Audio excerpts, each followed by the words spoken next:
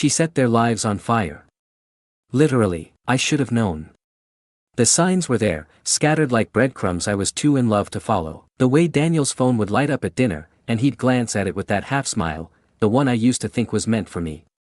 How he'd shower immediately after coming home from client meetings that ran unusually late. The sudden interest in expensive cologne, the new gym membership he was surprisingly committed to, the way he'd moved his laptop to the bedroom and angled the screen away from me when I walked by. They say you always get a feeling, an instinct, a tug in your gut, that something is wrong. But love makes you blind. Worse, it makes you willfully ignorant, because the alternative is too devastating to contemplate. My name is Laura, and I'm not the kind of woman who snaps easily. I don't scream at cashiers who move too slowly or throw dishes when I'm frustrated. I'm the type who learned early that emotional outbursts accomplish nothing except making you look unstable. I observe. I calculate. I file away inconsistencies like a detective building a case she hopes she'll never have to present. And I remember everything. It was 2 months before our wedding, October 15th, to be exact. A Saturday afternoon wedding at the Riverside Gardens, followed by dinner at the old Marriott downtown. Everything was meticulously planned down to the shade of ivory for the napkins. The dress hung in my closet like a promise, still wrapped in tissue paper and dreams. I'd spent 3 months calling vendors, tasting cakes, arguing with florists about the difference between blush and dusty rose peonies. I was staying at my sister Emma's apartment that weekend, spread across her dining room table with guest lists and seating charts, trying to figure out how to seat my divorced parents without them glaring at each other across the centerpieces. The USB drive with our wedding playlist sat on my desk at home, backup copies of everything, because I'm paranoid about losing important files. That's how I found them. I used my key quietly, the way you do when you're trying not to wake someone. The apartment felt different the moment I stepped inside, warmer, more lived in than it should have been at 2 p.m. on a Saturday.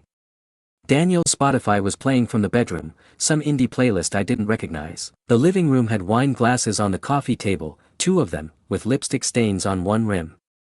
Red lipstick. I don't wear red. The bedroom door was cracked open just enough. My fiancé and my best friend since college. In our bed, the bed we'd picked out together at West Elm after an hour-long debate about firm versus plush mattresses. The sheets were the expensive Egyptian cotton ones I'd splurged on for our 6-month anniversary, now twisted around 2 bodies that had clearly been there for hours. Their bodies were tangled together in the kind of comfortable intimacy that spoke of practice, of familiarity. This wasn't a first time. Sarah's laugh, the same one I'd heard through 1,000 phone calls, filled the room until she saw me standing there. Then the world went silent except for the sound of my heart hammering against my ribs. Daniel opened his mouth to say something, his face cycling through confusion, panic, and something that might have been relief.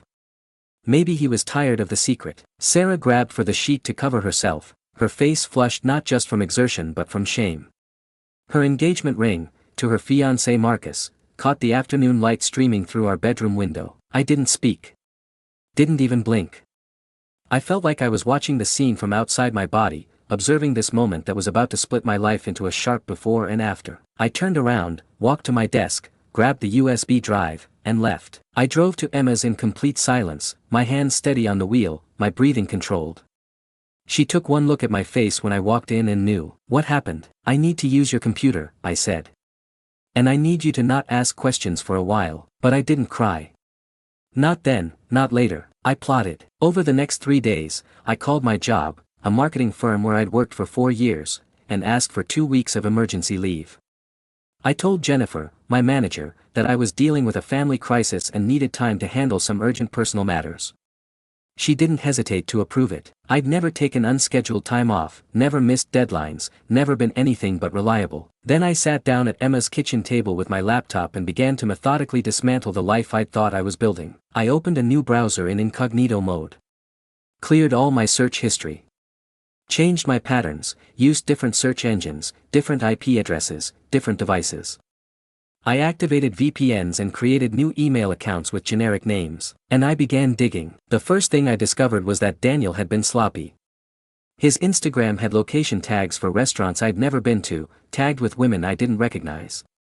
His Venmo was public, showing payments to dinner with my favorite person face blowing a kiss, sent to accounts that definitely weren't mine. Sarah had been worse. She'd left her phone backed up to our shared iCloud account, the one we'd set up in college for group projects and never bothered to change. Every photo, Every message, every location ping from the last 18 months was sitting there waiting for me to find it. I found everything. Screenshots of Daniel complaining about me to her. "Lara's been so clingy lately. I can't wait until after the wedding when things calm down." Messages about their dates, their inside jokes, their complaints about having to sneak around. Photos of them together at the coffee shop 3 blocks from my office, at the bookstore where I'd bought Daniel's birthday present, at the park where we'd had our 3rd date. Some of the most damning evidence was timestamped from days when I'd been out of town for work conferences, when they'd had our apartment to themselves for entire weekends. Videos of them in our living room, using our dishes, drinking wine from the bottles I'd been saving for special occasions. I made copies of everything. Encrypted backups stored in multiple locations, organized by date and type of evidence. I built a case like I was preparing for court. Then I got to work. First target, his career. Daniel worked at Hartman & Associates, a mid-sized investment firm downtown where he'd built a reputation as a rising star. He wore Tom Ford suits he couldn't afford and gave presentations to college interns about integrity in finance and building client trust. His office walls were covered with certificates and a photo of him shaking hands with the regional manager. But I discovered something interesting in his message history. Daniel had a habit of bragging, especially when he was drunk. Screenshots of him boasting about trades he'd made based on insider information from his golf buddy at another firm. Photos of him at the company Christmas party with cocaine residue still visible on his nostril, helpfully tagged by a coworker who thought it was hilarious. I spent a week crafting the perfect anonymous report. I created a burner email account and compiled everything into a professional-looking folder: the insider trading conversations, photos of drug use at company events, screenshots of him mocking specific clients by name, and a particularly damning video where he admitted to padding his expense reports. I sent it to HR with a subject line that guaranteed it would be opened: urgent, compliance violations by Daniel Morrison, immediate action required. 3 days later, Daniel posted a vague status about temporary setbacks and looking forward to new opportunities.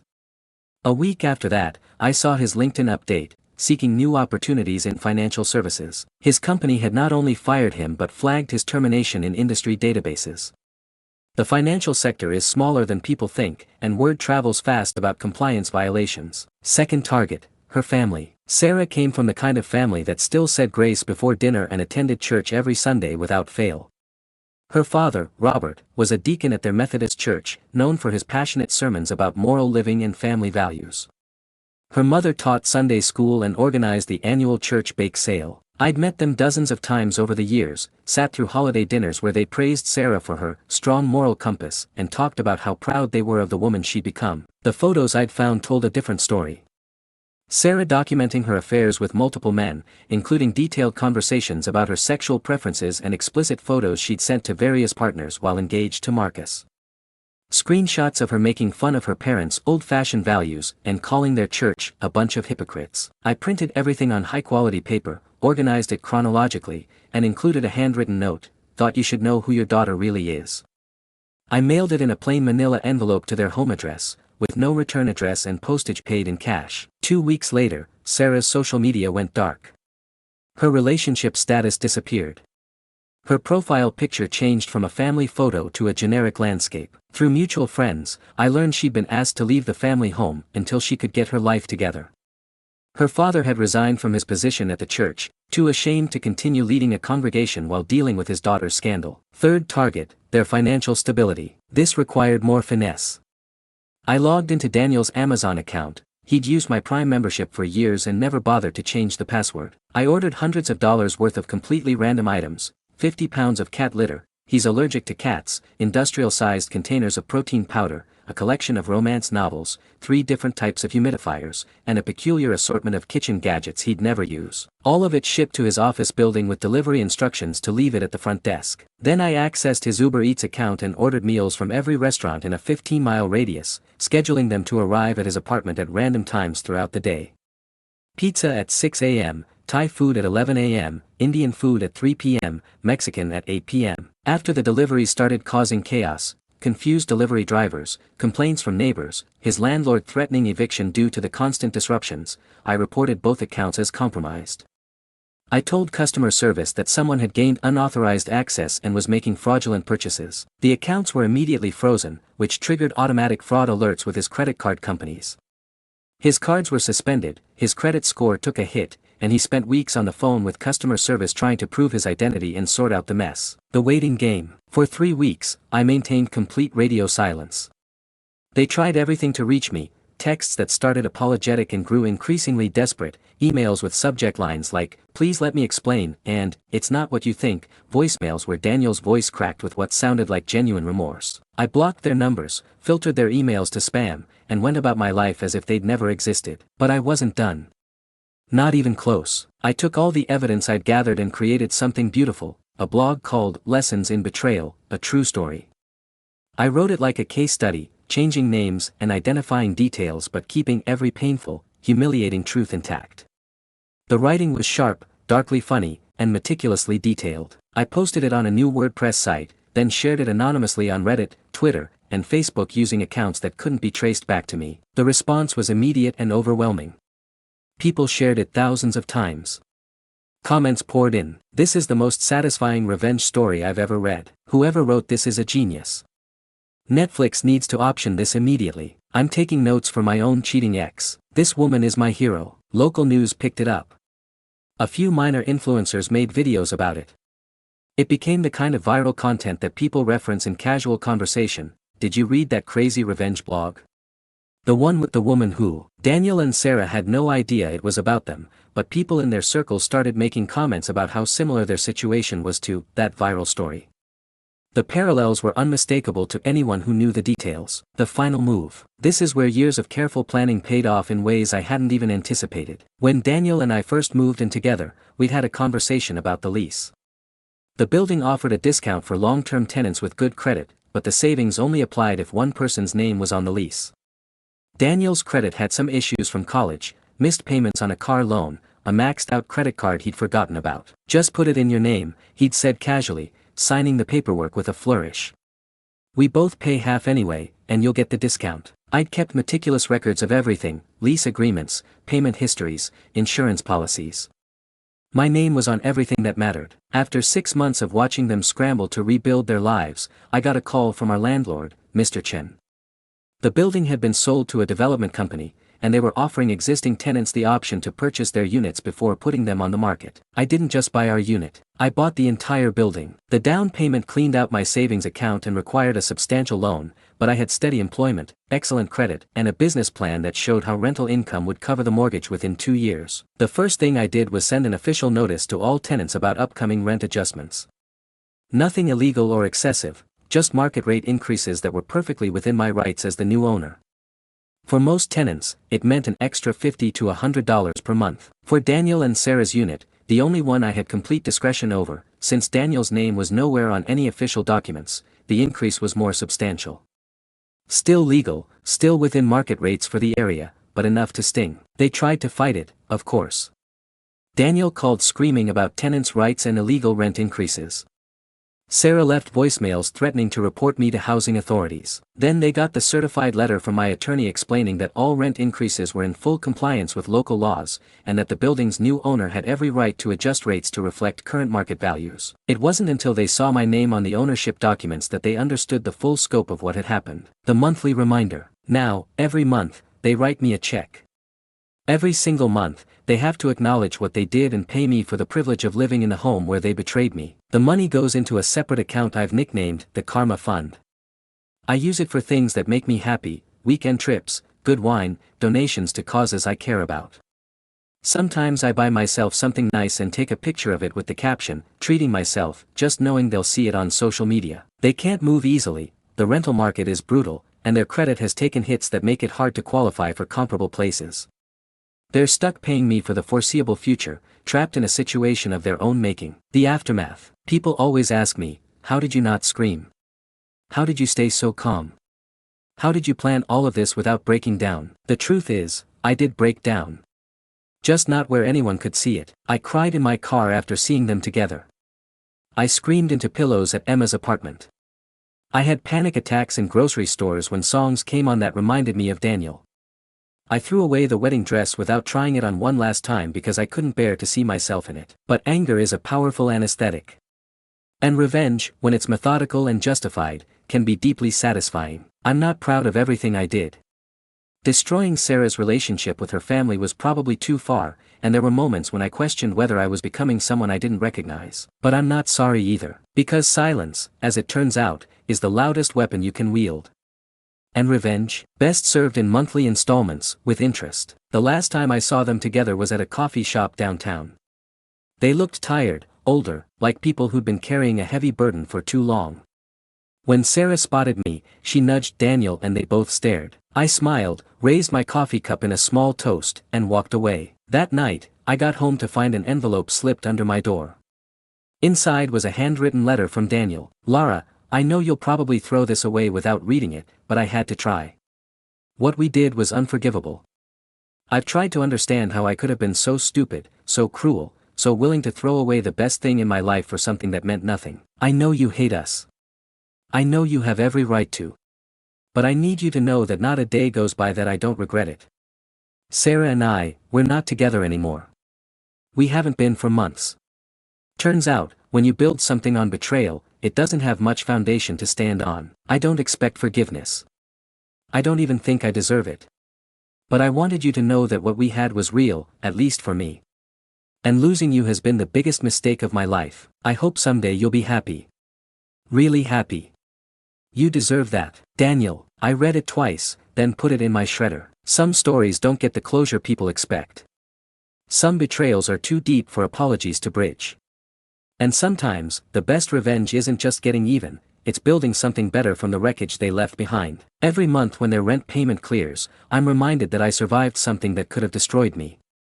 Instead, I turned it into the foundation for a new life, one where I trust myself completely and never settle for less than I deserve. And that, I think, is worth more than any apology could ever be. The teacher who failed them all. They called me Mr. Breakdown. That was the nickname that followed me through grocery stores, whispered behind hands at parent-teacher conferences, and hashtagged across social media platforms I didn't even know existed. What started as a moment of raw human vulnerability, the kind every person experiences but most are lucky enough to have witnessed only by people who love them, became a viral sensation that nearly ended both my life and the career I devoted over 2 decades to building. My name is Richard Halford, though for 22 years, I was simply Mr. Halford to thousands of students who passed through my AP Literature classroom. Room 237 at Jefferson High School, where I'd hung the same faded poster of Shakespeare above my desk since 1998, where I'd graded essays until my eyes burned under fluorescent lights, where I genuinely believed I was making a difference in young minds. I had been naive enough to think that respect was something you earned through consistency, dedication, and caring about students who often didn't care about themselves. It happened on a Tuesday morning in early March. The kind of gray, damp morning that makes everyone want to crawl back into bed, but I'd gotten up at 5:30 a.m. anyway, just like I had every school day for over 2 decades. I'd made coffee in the same mug, a gift from a former student that read World's Okayest Teacher, and driven the same route to school, listening to NPR and mentally preparing for the day ahead. Third period was my AP Literature class. 18 students, mostly seniors, the kind of bright kids who actually chose to take advanced English instead of having it forced on them. We were in the middle of our unit on tragic heroes, and I'd planned to discuss their essay assignment analyzing the downfall of Macbeth. I was excited about this lesson. These kids were sharp, engaged, the kind of students who made teaching feel worthwhile. Connor Williamson sat in the front row, destined for Stanford with his perfect GPA and his father's legacy connections. Rachel Martinez occupied the desk by the window, already accepted to 3 Ivy League schools. Derek Chen, quiet and thoughtful, headed to MIT on a full scholarship. They were my success stories, the ones I'd brag about in the faculty lounge. But at 10:47 a.m., during the 5-minute break between second and third period, my phone rang. Dr. Patterson's voice was gentle but final. "Richard, I think you should come in today. Sarah's scans show the cancer has spread to her liver and lungs. We need to discuss next steps." Next steps. Medical euphemism for, there are no more steps. My wife Sarah had been fighting breast cancer for 2 years and 4 months. 2 years of chemotherapy that left her so weak she could barely lift her head off the pillow. 2 years of radiation that burned her skin and stole her appetite. 2 years of false hopes and cautious optimism and, let's see what the next scan shows. She was 38 years old. We'd been married for 15 years. We'd never had children because we kept saying, maybe next year, and then the cancer came and stole that possibility along with everything else. I walked into third period in a daze. My hands were shaking as I wrote the essay prompt on the whiteboard, analyze how Macbeth's tragic flaw leads to his inevitable downfall.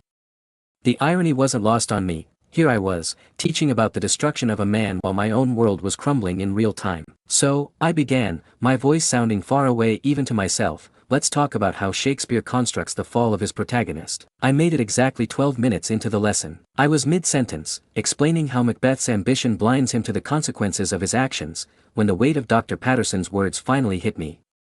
The word terminal echoed in my head like a bell tolling. I stopped talking.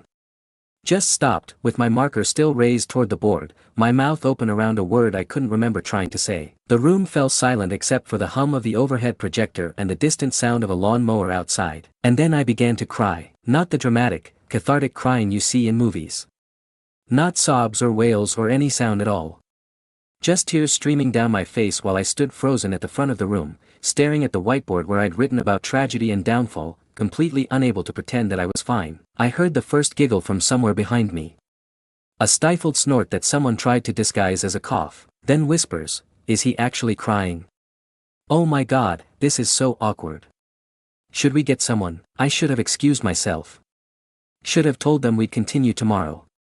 Should have maintained what was left of my dignity and stepped into the hallway to collect myself. Instead, I just stood there, paralyzed by grief and humiliation, while 18 teenagers witnessed my complete breakdown. That's when I heard the sound that would haunt me for months, the distinctive snap of an iPhone camera. I turned around to see Mia Chen, Derek's younger sister, a junior who shouldn't have been in my AP class but had tested in, quickly lowering her phone with a guilty expression. Delete that, I said quietly. She shook her head. It's already posted. By 6th period, it was on Instagram. By lunch, it was on TikTok. By the time I drove home that evening to sit beside Sarah's hospital bed, it had been shared 847 times. The captions were brutal. When your teacher has a mental breakdown during Shakespeare, face with tears of joy loudly crying face. POV, your English teacher realizes he wasted his life. #teacher problems. Mr. Breakdown teaches sadness 101 LMO. This is what happens when you major in English Skull. But the worst part wasn't the mockery. It was watching the video itself, seeing my own devastation through their eyes, understanding how pathetic I must have looked standing there crying over a lesson about fictional tragedy while my real-world tragedy was just beginning. The comments were even worse. Imagine being this fragile, LOL. Sir, this is a Wendy's. My man needs therapy, not tenure. Beta male energy. Within 48 hours, it had been picked up by several viral moments accounts on Twitter and TikTok. Local news stations started calling the school asking for comment. Parents demanded to know why their children were being taught by someone who was clearly unstable. Principal Morrison called me into her office Friday morning. Janet Morrison and I had worked together for 8 years. She'd always supported my teaching methods, praised my student test scores, recommended me for department head twice. Now she couldn't meet my eyes. Richard, I think it would be best if you took some time off. Just until things settle down. Things, meaning until people forgot about the video. Until the next viral moment replaced mine in the collective consciousness. I was placed on administrative leave pending a review of the situation. The review lasted exactly long enough for the spring semester to end and for the school district to avoid any awkward explanations to concerned parents. When they offered me the choice between resigning voluntarily or facing a disciplinary hearing that would likely end my career anyway, I signed the papers. 22 years of teaching. Gone. Sarah died 6 weeks later, on a Sunday morning in May while I held her hand and read her favorite passage from Jane Eyre. She never got to see how the story ended, my story, the one that began with her diagnosis and my public humiliation. That's when I disappeared, not physically. I stayed in our house, the one we bought together when we still believed in futures and retirement plans and growing old together. But I disappeared from social media, from public spaces, from anywhere those students might see me and recognize the broken man from their viral video. Everyone expected me to move away. Start over in some small town where nobody knew my story. Fade into the background like disgraced public figures are supposed to do. But grief doesn't make you weaker. Sometimes it clarifies things. Sometimes it strips away all the social niceties and arbitrary rules about fairness and second chances. Sometimes it shows you exactly who you are when everything else is taken away. And when you combine that kind of grief with the specific humiliation of being mocked by children you devoted your life to educating, children you'd stayed late to help with college applications, children you'd written recommendation letters for, children you genuinely cared about, something hardens inside you that can never be softened again. I remembered all their names.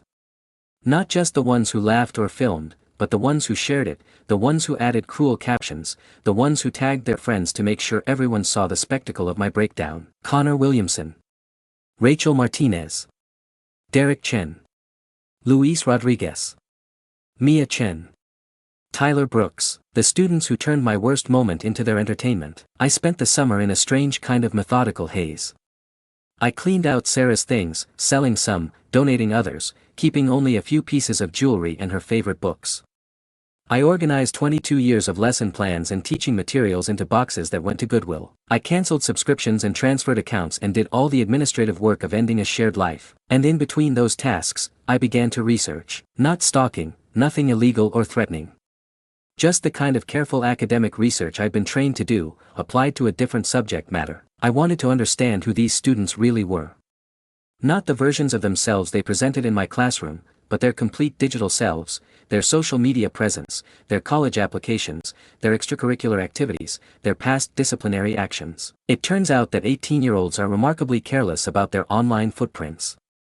They post everything, save nothing, and assume that adults are too technologically inept to piece together their digital lives. They were wrong. Connor Williamson was my first case study.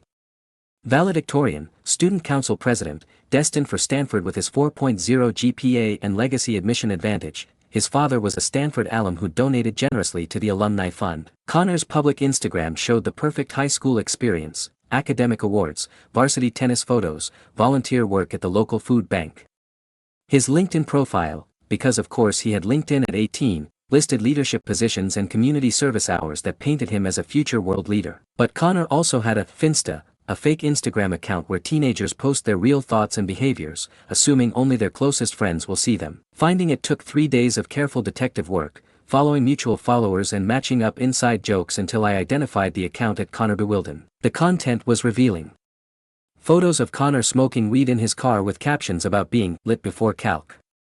Screenshots of text conversations where he called teachers by racial slurs, including calling me that F*** English teacher, weeks before my breakdown. Videos of him and his friends cheating on a math final by photographing the answer key when the teacher stepped out. Most damning was a post from 2 months before he graduated, showing him laughing at my viral video with the caption, "Still can't believe Mr. Breakdown actually cried like a little b*** tch in front of everyone face with tears of joy skull." I saved everything.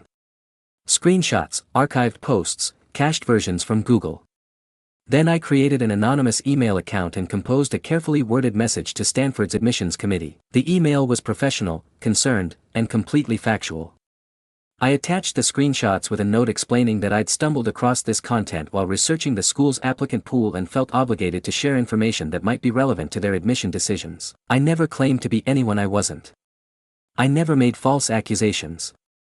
I simply provided evidence of behavior that Connor had voluntarily posted online and suggested that the admissions committee might want to consider whether this aligned with Stanford's values. 3 weeks later, Connor's admission was rescinded. Rachel Martinez was next. Early admission to Harvard, full scholarship, the first person in her family to attend college. Her personal statement was beautiful, a moving essay about overcoming poverty and supporting her immigrant parents while maintaining perfect grades. It was also plagiarized. Not completely, but large sections were lifted nearly word for word from a blog post published in 2014 by a college student named Maria Santos. Rachel had been clever about it, changing enough words and reordering some paragraphs to avoid detection by standard plagiarism software. But I wasn't using standard software. I was using the same techniques I'd taught my AP students for identifying textual similarities in literary analysis, combined with advanced Google searches and academic databases. I found the original source and documented the plagiarism meticulously, creating a side-by-side comparison that made the theft undeniable. Then I sent it to Harvard's admissions office along with Rachel's social media posts bragging about how easy it was to finesse college applications. Her admission was revoked 2 days before graduation. Derek Chen presented a more complex challenge. His academic record was spotless, his college applications were honest, and his social media presence was appropriately boring for someone headed to MIT. But Derek had a secret. When he was 14, he'd been involved in a fight that nearly blinded another student. The victim had required 3 surgeries to save his vision. Derek had been charged with assault, spent 6 months in juvenile detention, and his family had paid a substantial settlement to avoid a civil lawsuit. All of this had been sealed when Derek turned 18, effectively erasing it from his official record. College admissions committees would never see it unless someone specifically brought it to their attention. Someone like a former teacher who understood how to navigate legal databases and public records requests. It took 6 weeks and several $100s in filing fees, but I eventually obtained copies of the court records, the police reports, and the victim impact statements.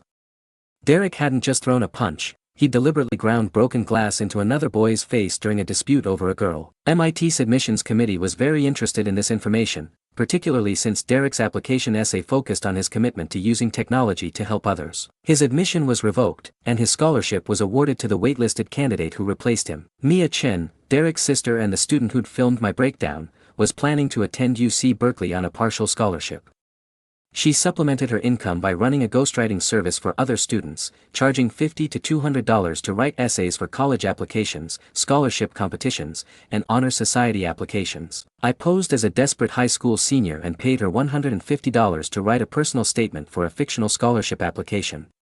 She delivered a beautifully crafted essay about overcoming adversity through perseverance, completely generic but well-written enough to be impressive. During our Zoom consultation, I recorded the entire session where she explicitly explained how to submit the essay as original work and avoid detection. She even bragged about how many successful applications she'd ghostwritten, including several that had won substantial scholarships. I sent the recording in our email correspondence to UC Berkeley's admissions office, along with a list of every scholarship program and honor society that had awarded money to essays I could prove Mia had written. The investigation that followed implicated dozens of students and resulted in the revocation of over $100,000 in scholarship awards. Mia's admission to Berkeley was cancelled, and she was banned from applying to any UC school for 3 years. Luis Rodriguez had been accepted to several state schools and was planning to study business. His application emphasized his leadership skills and strong moral character, supported by recommendation letters from teachers and coaches who praised his integrity. But Luis had a side business that his recommenders didn't know about. He was selling test answers, homework solutions, and exam copies to underclassmen for $20 to $50 per transaction.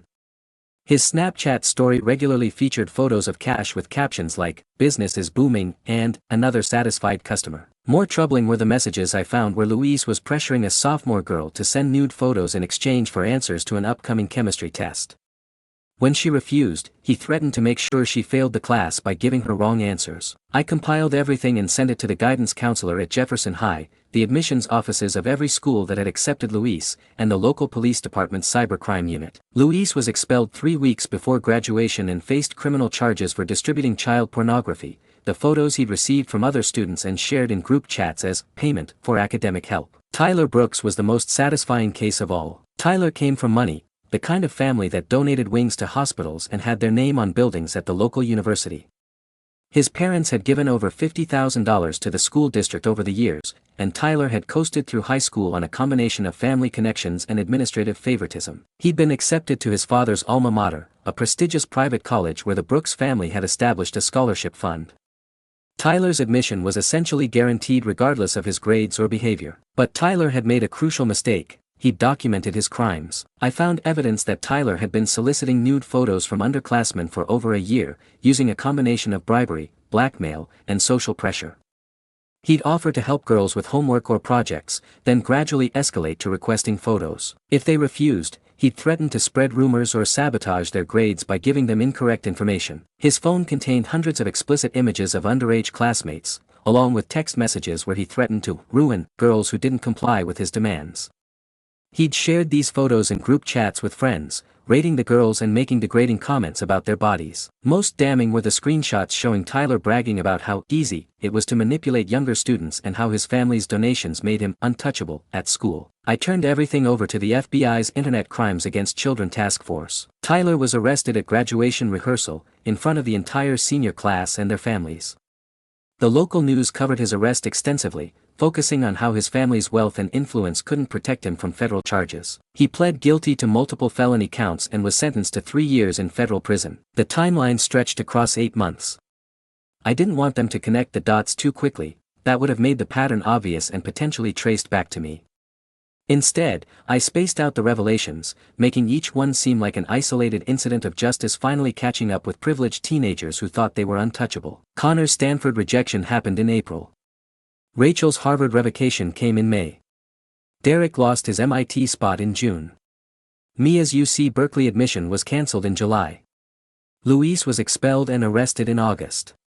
Tyler's arrest made headlines in September. By October, 5 of the 6 students who turned my breakdown into entertainment had watched their futures collapse in real time. The 6th, a quiet girl who'd simply giggled in the moment but hadn't shared the video, received a different kind of lesson, a carefully crafted anonymous letter explaining exactly how her classmates had been caught and warning her that actions have consequences, even when they seem harmless in the moment. I never threatened her. I simply wanted her to understand that I knew who she was and what she'd done, and that mercy is a choice that can be revoked. 2 years passed before I saw any of them again. I had settled into a strange kind of peace.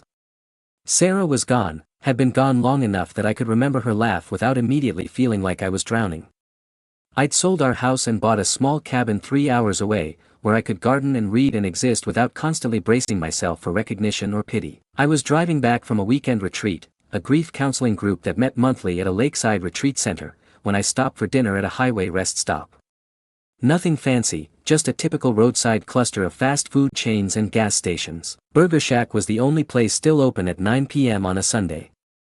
I hadn't eaten since breakfast, and the drive home would take another 2 hours. The restaurant was mostly empty, just me, a trucker reading a newspaper in the corner booth, and a tired-looking family with 2 small children who were more interested in the playground outside than their chicken nuggets. I was studying the menu, trying to decide between the classic burger and the chicken sandwich, when I heard a familiar voice from behind the counter. "Hi, welcome to Burger Shack.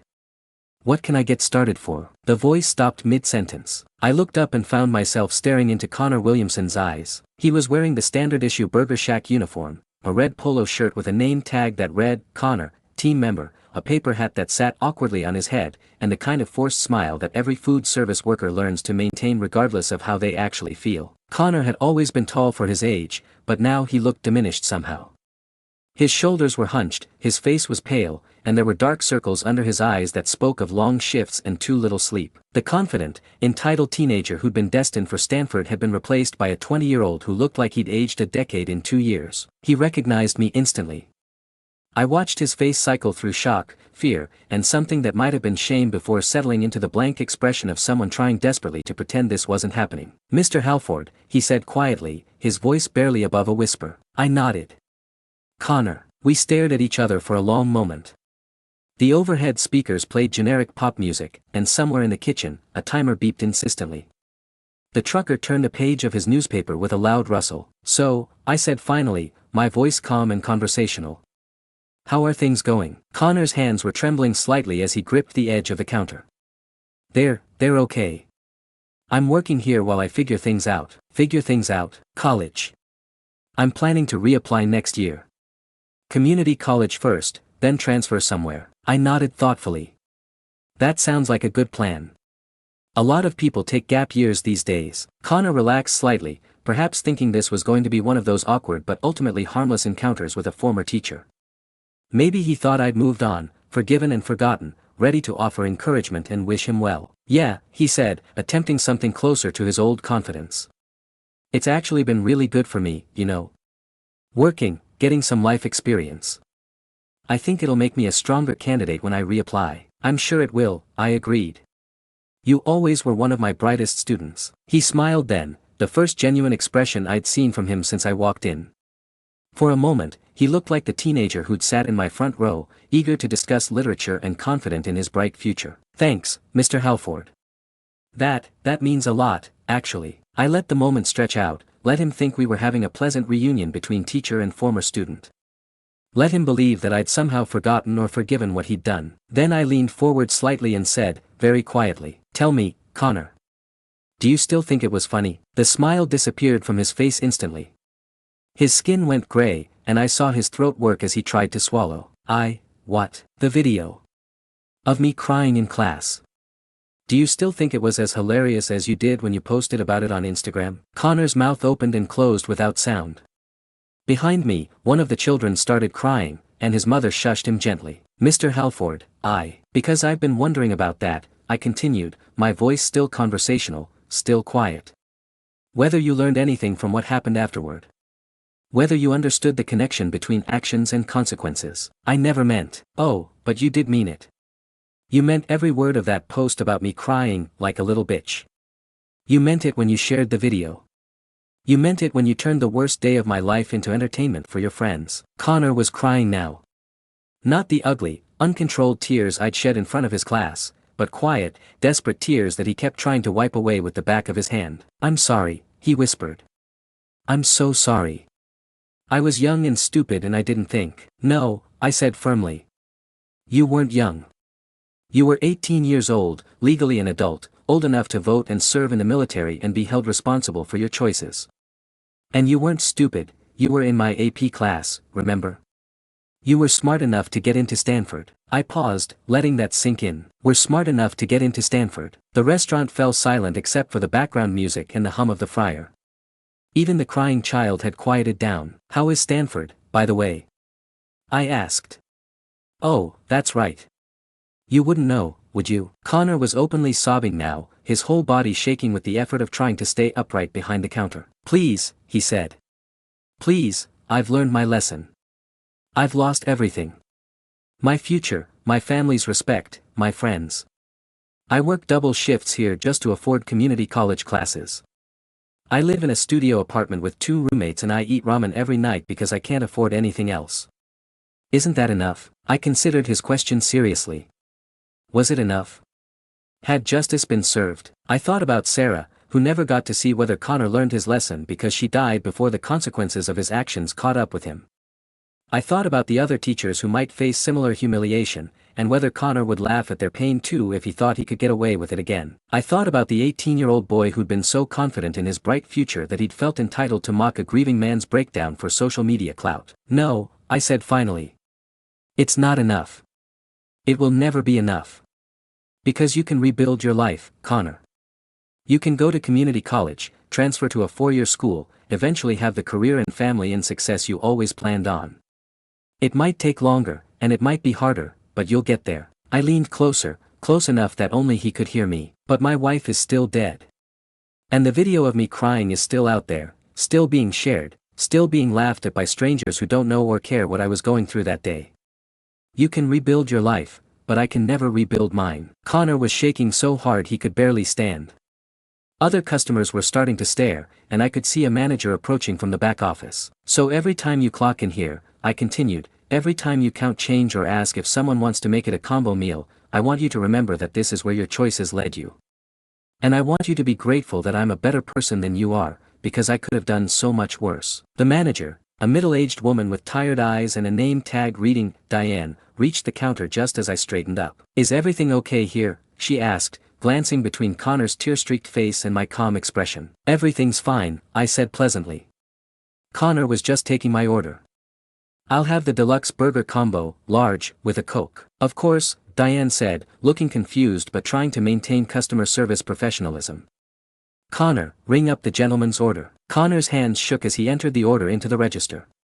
When he told me the total, his voice cracked on the numbers. I paid with exact change, counting out each bill and coin slowly while he watched. Your order will be ready in just a few minutes, Diane said. Connor will call your number when it's done. I found a table near the window and waited. Connor disappeared into the back, and I could hear him having a quiet, urgent conversation with Diane. She kept glancing over at me, clearly trying to figure out what had happened. When my order was ready, a different employee, a teenager who couldn't have been older than 16, brought it to my table. Connor was nowhere to be seen. I ate slowly, savoring each bite. The burger was mediocre, the fries were oversalted, and the Coke was flat. But it was the most satisfying meal I'd had in years. As I was leaving, I caught a glimpse of Connor through the kitchen window. He was sitting on a milk crate behind the fryer, his head in his hands, still crying. I walked to my car and drove home, and I never saw him again. But I kept the receipt. I never went back to teaching. Not because I couldn't. There are always schools desperate enough for qualified teachers that they'd overlook a viral video from years ago. Not because I didn't miss it. I still dream sometimes about lesson plans and classroom discussions and the moment when a student finally understands a difficult concept. I didn't go back because I'd already taught my most important lesson. The other students learned it too, in their own ways. Rachel ended up at a state school, where she studied social work and graduated with honors. She sends me a Christmas card every year now, with a handwritten note apologizing for her behavior and updating me on her work with underprivileged children. I don't respond, but I don't throw them away either. Derek joined the military after his MIT rejection and eventually earned his engineering degree through a service program. He's never contacted me directly, but I received an anonymous donation to a scholarship fund established in Sarah's name, $10,000 with a note that read simply, "Thank you for teaching me about consequences." Mia transferred to a community college and then to a Cal State school, where she majored in education. She's teaching high school English now, in a district 3 states away. I wonder sometimes if she thinks about viral videos and humiliation when she sees a colleague struggling, if she remembers what it feels like to be the one holding the camera. Luis served 18 months in county jail and was released with mandatory counseling and community service requirements. He works for a nonprofit now, teaching digital literacy to at-risk youth. Ironic, considering how his own digital footprint destroyed his future. Tyler served his full sentence and was released 2 years ago. He lives with his parents again, the same parents who once thought their donations could buy him immunity from consequences. He's not allowed unsupervised internet access as part of his parole conditions. I keep track of all of them, the way a teacher tracks former students. Not obsessively, not intrusively, just aware. Checking in occasionally to see how they're doing, whether they learned anything from their experiences. Some people might call this unhealthy. They might say I should have moved on, forgiven, found a way to let go of my anger and grief. But I think they misunderstand the nature of teaching. A good teacher doesn't just impart knowledge, they shape character. They show students that actions have consequences, that choices matter, that the person you decide to be has real impacts on the world around you. For 22 years, I tried to teach these lessons through literature, through discussions of moral complexity and human motivation. I assigned essays about ethical dilemmas and led seminars on personal responsibility. But in the end, the most effective lesson I ever taught had nothing to do with Shakespeare or Steinbeck. It was about a simple truth that every adult learns eventually, but that teenagers often need to discover the hard way. Be very careful who you humiliate. Some of us still believe in grading you back. And unlike the grades you got in high school, these marks don't fade when you graduate. They follow you into the real world, where the consequences are permanent and the teacher isn't required to offer extra credit. The chef who poisoned their future. They say the kitchen is the heart of a restaurant, pumping life and warmth through every dish that leaves its steel-wrapped chambers. But for me, it became something darker, a place where trust was seasoned with betrayal, where loyalty was served cold, and where I learned that sometimes the most exquisite revenge is prepared slowly, with patience, and served at exactly the right temperature. My name is Giovanni Bianchi, though most people called me Johnny. In the culinary world of northern Italy, I was known by a different name entirely, Il Maceleo di Milano, the butcher of Milan. Not because I butchered meat, though I could break down a side of beef with surgical precision, but because of the way I commanded a kitchen. Ruthless in my pursuit of perfection. Precise in every cut, every seasoning, every presentation. Unforgiving to anyone who dared to compromise the sacred act of feeding people properly. I had lived for food since I was 8 years old, standing on a wooden crate in my nana's kitchen in Bergamo, watching her hands work magic with nothing more than tomatoes, basil, and love. By 12, I was working weekends at the local trattoria, peeling potatoes and learning that cooking wasn't just about nourishment, it was about respect. Respect for the ingredients, for the craft, for the people who would trust you with their hunger. Food was my religion, and the kitchen was my temple. I worshipped at the altar of perfectly balanced flavors, of textures that sang harmony on the tongue, of presentations that made grown men weep with joy. I spent 15 years working my way up through the brutal hierarchy of Italian kitchens, burning my hands on scalding pans, bleeding over razor-sharp knives, sweating through 16-hour shifts that left me too exhausted to do anything but collapse into bed and dream of tomorrow's menu. By the time I was 32, I had earned my place as executive chef at Terra Nostra, one of the most exclusive restaurants in all of northern Italy. Tucked away on a quiet street in Milan's Brera district, Terra Nostra was the kind of place where captains of industry proposed to their mistresses, where celebrities hid behind dark glasses and darker corners, where a single table might cost more than most people earned in a month. The restaurant was my masterpiece. Every dish that left my kitchen was a love letter to the Italian culinary tradition, elevated by techniques I'd learned from masters in France and Japan, refined through countless hours of experimentation and obsession. We had a Michelin star, a 6-month waiting list, and the kind of reputation that made other chefs weep with envy. I thought I was untouchable. I should have known better. It happened on a Friday night in late September, when the autumn air carried the scent of wood smoke and the promise of white truffle season. The restaurant was completely booked, 48 covers, every table filled with Milan's elite. The kitchen hummed with the precise choreography of a dozen cooks moving in perfect synchronization, each one an extension of my will, my vision, my relentless pursuit of culinary perfection. Francesco De Luca sat at table 12, in the back corner where he always preferred to observe unnoticed.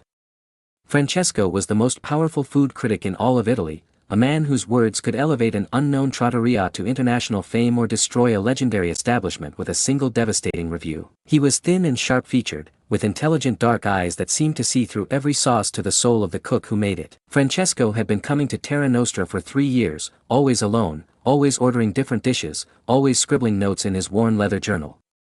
He'd reviewed us twice, both times favorably, and had become something of a regular. Not a friend, exactly, but a familiar presence whose approval I'd learned to value more than I cared to admit. That night, he'd ordered the tasting menu, 8 courses of my finest work, paired with wines selected by our sommelier to complement each dish. I prepared every plate myself, tasting each sauce, adjusting each garnish, ensuring that everything that reached his table was worthy of the Terra Nostra name. The antipasti, paper-thin brizola with wild arugula and aged Parmigiano Reggiano, drizzled with the finest olive oil from my family's grove in Liguria. The primi, handmade tortellini in a delicate brodo that had simmered for 18 hours, each pasta pocket filled with a mixture of mortadella, prosciutto, and parmigiano that had been passed down through 4 generations of Emilian grandmothers. The secondi, a perfect rack of Piemontese lamb, roasted with rosemary and garlic, the meat so tender it yielded to the fork like butter, accompanied by roasted vegetables that had been kissed by the flame until their natural sugars caramelized into concentrated bursts of autumn. Each dish was a small miracle, a testament to everything I'd learned and everything I believed about the sacred act of cooking.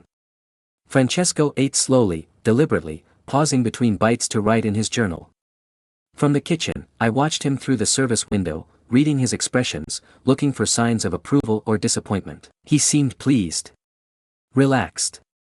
At one point, he even smiled, a rare expression for a man whose professional demeanor was typically as neutral as Switzerland. Then, 37 minutes after he'd finished his final course, a deconstructed tiramisu with espresso gelato and a dusting of cocoa that had been imported directly from Madagascar, Francesco collapsed. It started with a cough. Then his face flushed red, his breathing became labored, and he began clawing at his throat as if he couldn't get enough air. Within seconds, he was on the floor, convulsing, while other diners screamed and chairs scraped against marble as people scrambled away from his table. The paramedics arrived within minutes. Milan's emergency services are efficient when the call comes from an address in Brera. They worked over Francesco with professional calm while the entire restaurant watched in horrified silence. His face was swollen, his lips blue, his eyes rolling back in his head as his body fought against whatever was attacking it from within. They stabilized him enough to transport, and he was rushed to Ospedale San Rafael with sirens wailing through the narrow streets. The restaurant emptied within minutes, leaving only the staff, the police, and the suffocating weight of what had just happened. I stood in my kitchen, surrounded by plates of unfinished food and the shocked faces of my crew, trying to understand how a perfect evening had become a nightmare. The detective who questioned me was polite but thorough, asking about ingredients, preparation methods, timing. I answered every question honestly, my mind racing through every dish, every component, every possible explanation for what had gone wrong. Francesco survived, but barely. The newspapers the next morning were merciless. Critic fighting for life after Terra Nostra poisoning. Milan's top restaurant under investigation after near-fatal dinner. Is this the end for Butcher of Milan? The headlines felt like physical blows, each word carefully chosen to inflict maximum damage. My photograph was everywhere, the official headshot from Terra Nostra's website, but now it looked sinister, the confident smile of a chef transformed into the smirk of a would-be murderer. There was no investigation.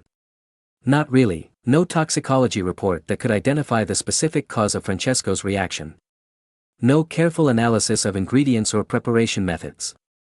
No consideration of other possible explanations. Just whispers that grew into accusations, accusations that hardened into accepted truth. Someone, I never learned who, had planted the seeds of doubt.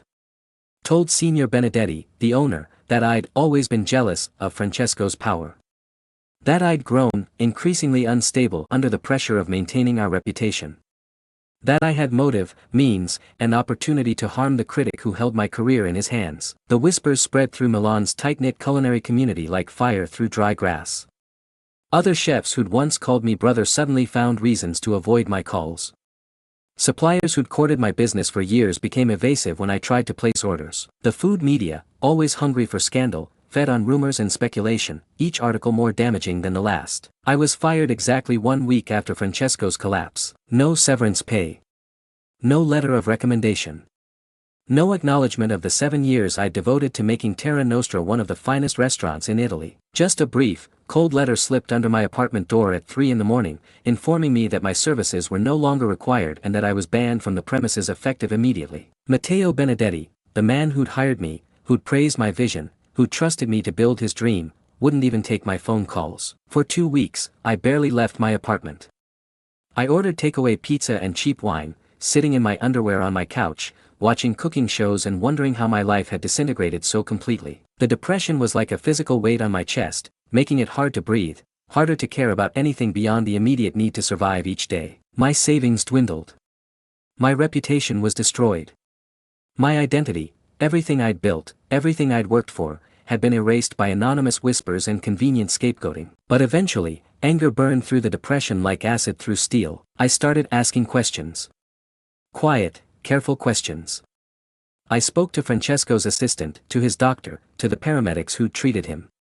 Slowly, piece by piece, I assembled the truth. Francesco hadn't been poisoned at all. He'd suffered a severe allergic reaction to shellfish, specifically, to the trace amounts of crab that had contaminated his lamb dish. Francesco had a documented shellfish allergy that he'd somehow forgotten to mention when making his reservation, and someone in the kitchen had prepared his meal using a cutting board that had been used earlier for preparing crustaceans. Cross-contamination. A simple, preventable accident that could have happened in any kitchen, anywhere in the world. But here's what made it deliberate: the cutting board had been cleaned properly after the crab course was prepared. I'd watched Mario, one of my sous chefs, sanitize it himself according to our strict protocols. Someone had deliberately recontaminated it, knowing that Francesco's meal would be prepared on that same surface. Someone had tried to kill Francesco De Luca, and they'd been perfectly willing to let me take the blame. The problem was proof. I had suspicions, theories, fragments of evidence, but nothing that would convince a judge or restore my reputation. The damage was done, and the truth was buried under layers of convenient lies and willful ignorance. That's when I made my decision. I wouldn't waste time trying to clear my name. I wouldn't beg for forgiveness or plead for another chance. Instead, I would destroy the very place that had tried to bury me, but I would do it slowly, methodically, with the same attention to detail I'd once brought to creating perfect dishes. I cut my hair short and dyed it black. I grew a beard that changed the shape of my face. I bought cheap clothes from discount stores, traded my handmade Italian shoes for scuffed work boots, learned to walk with my shoulders hunched and my eyes downcast. I took a job washing dishes at a trattoria in Bergamo, 200 kilometers from Milan, using the name Marco Rossi and forged papers that showed a work history in restaurants too small and obscure for anyone to verify. For months, I scrubbed pots and carried bus tubs, keeping my mouth shut and my head down, earning just enough money to survive while I planned my return. The work was humiliating for someone who'd once commanded his own kitchen, but it was also educational. I watched how other restaurants operated, how they cut corners, how they managed costs. I learned about the dozens of small compromises that most establishments make every day, compromises that, properly exploited, could bring down even the most successful business. After 8 months of exile, I returned to Milan as Marco Rossi, recently arrived from Bergamo and looking for work. Terra Nostra was struggling, I could see it the moment I walked past the restaurant. The lunch crowds were smaller, the evening reservations less full. They'd gone through 3 head chefs since my departure, each one lasting only a few months before burning out or being fired. The staff turnover was brutal. Good cooks had fled to more stable kitchens, leaving Benedetti desperate for anyone with basic culinary skills. When I applied for a position as night janitor and prep cook, they hired me on the spot. No one recognized me. The beard, the different hair, the careful way I'd trained myself to speak with a slight Bergamasco accent, it all worked perfectly. To them, I was just another desperate culinary school dropout willing to work for minimum wage and no benefits. I kept my head down and my mouth shut. I arrived early, stayed late, and did exactly what was asked of me without complaint or conversation. Within weeks, I was invisible, just another anonymous figure in the restaurant's increasingly chaotic ecosystem. That's when I began my real work. I didn't poison anyone. That would have been too obvious, too merciful, and far too quick. Instead, I began to rot Terra Nostra from within, one carefully calculated act of sabotage at a time. I started small. A refrigerator accidentally unplugged overnight, allowing expensive seafood to spoil. A gas valve left slightly open, creating a smell that sent customers fleeing. Salt replaced with sugar in the prep containers, ruining entire batches of sauce. Each incident was minor enough to be dismissed as bad luck or human error. But they accumulated like compound interest, creating a pattern of problems that began to erode both staff morale and customer confidence. I learned the restaurant's routines, its weaknesses, its regulatory blind spots.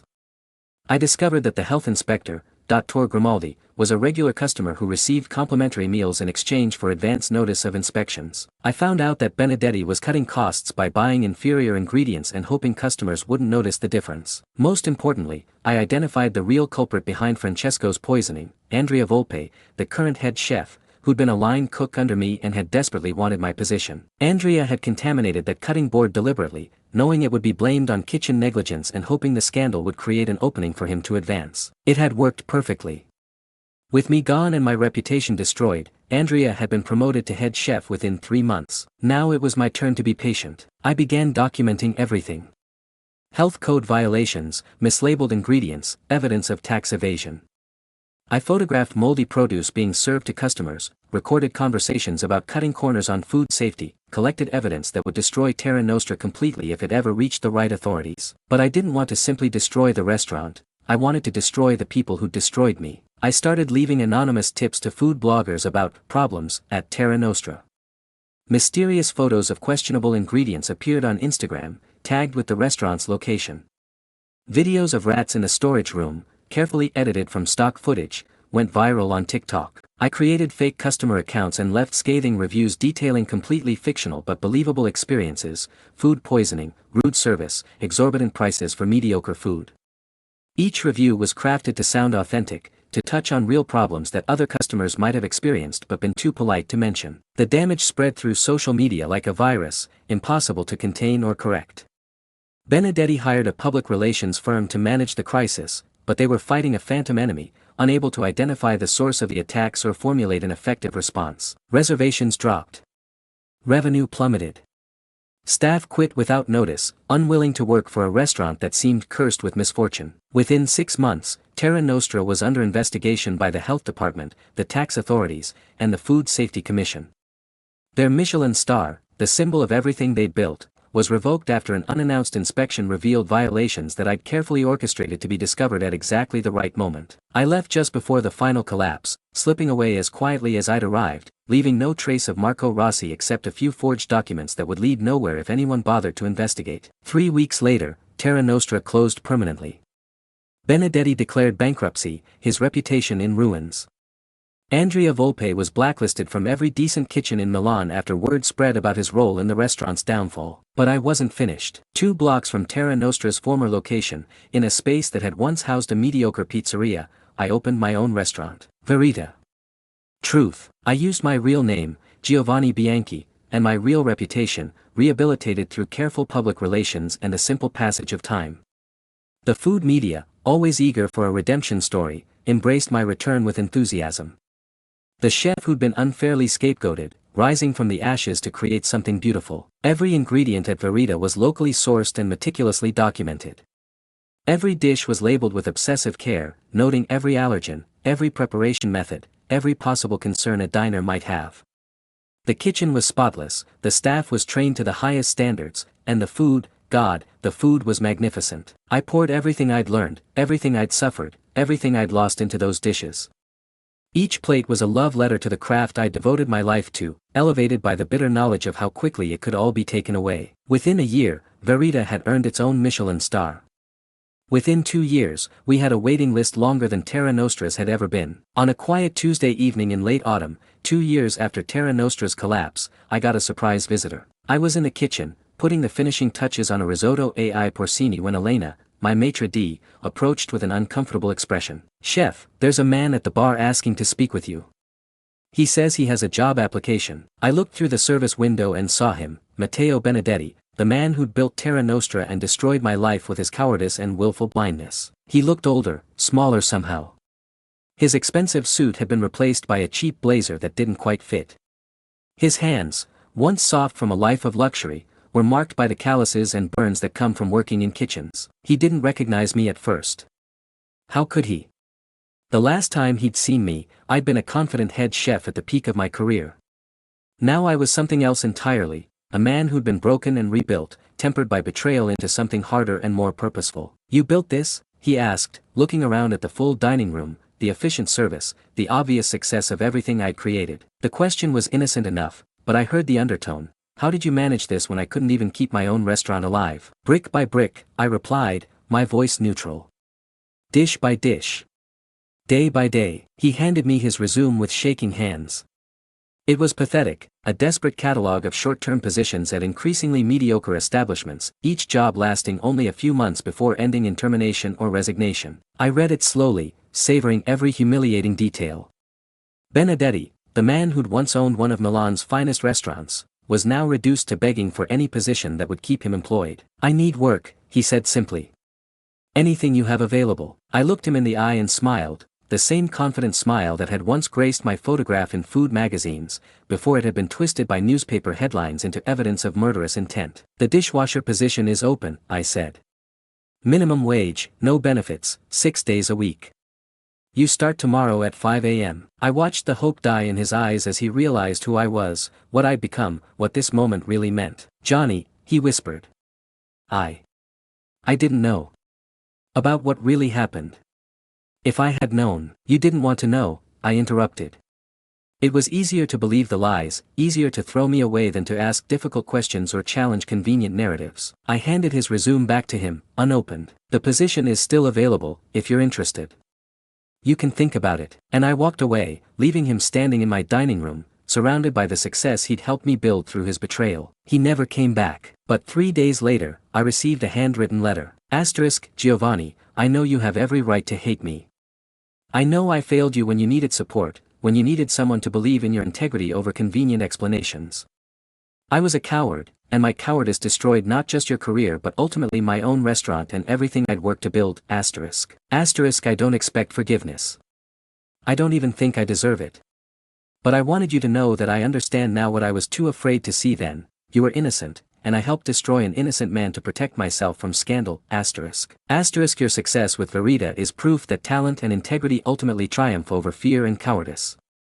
I hope someday you can find peace with what happened, because you deserve better than carrying the weight of my failures. With respect and regret. Matteo. I read the letter once, then fed it into the flame of my kitchen's open burner, watching the words disappear into ash and smoke. Some wounds don't heal with apologies. Some betrayals are too fundamental, too complete to be erased by acknowledgement or regret. But that's the thing about being a chef, about understanding how to transform raw ingredients into something beautiful and nourishing.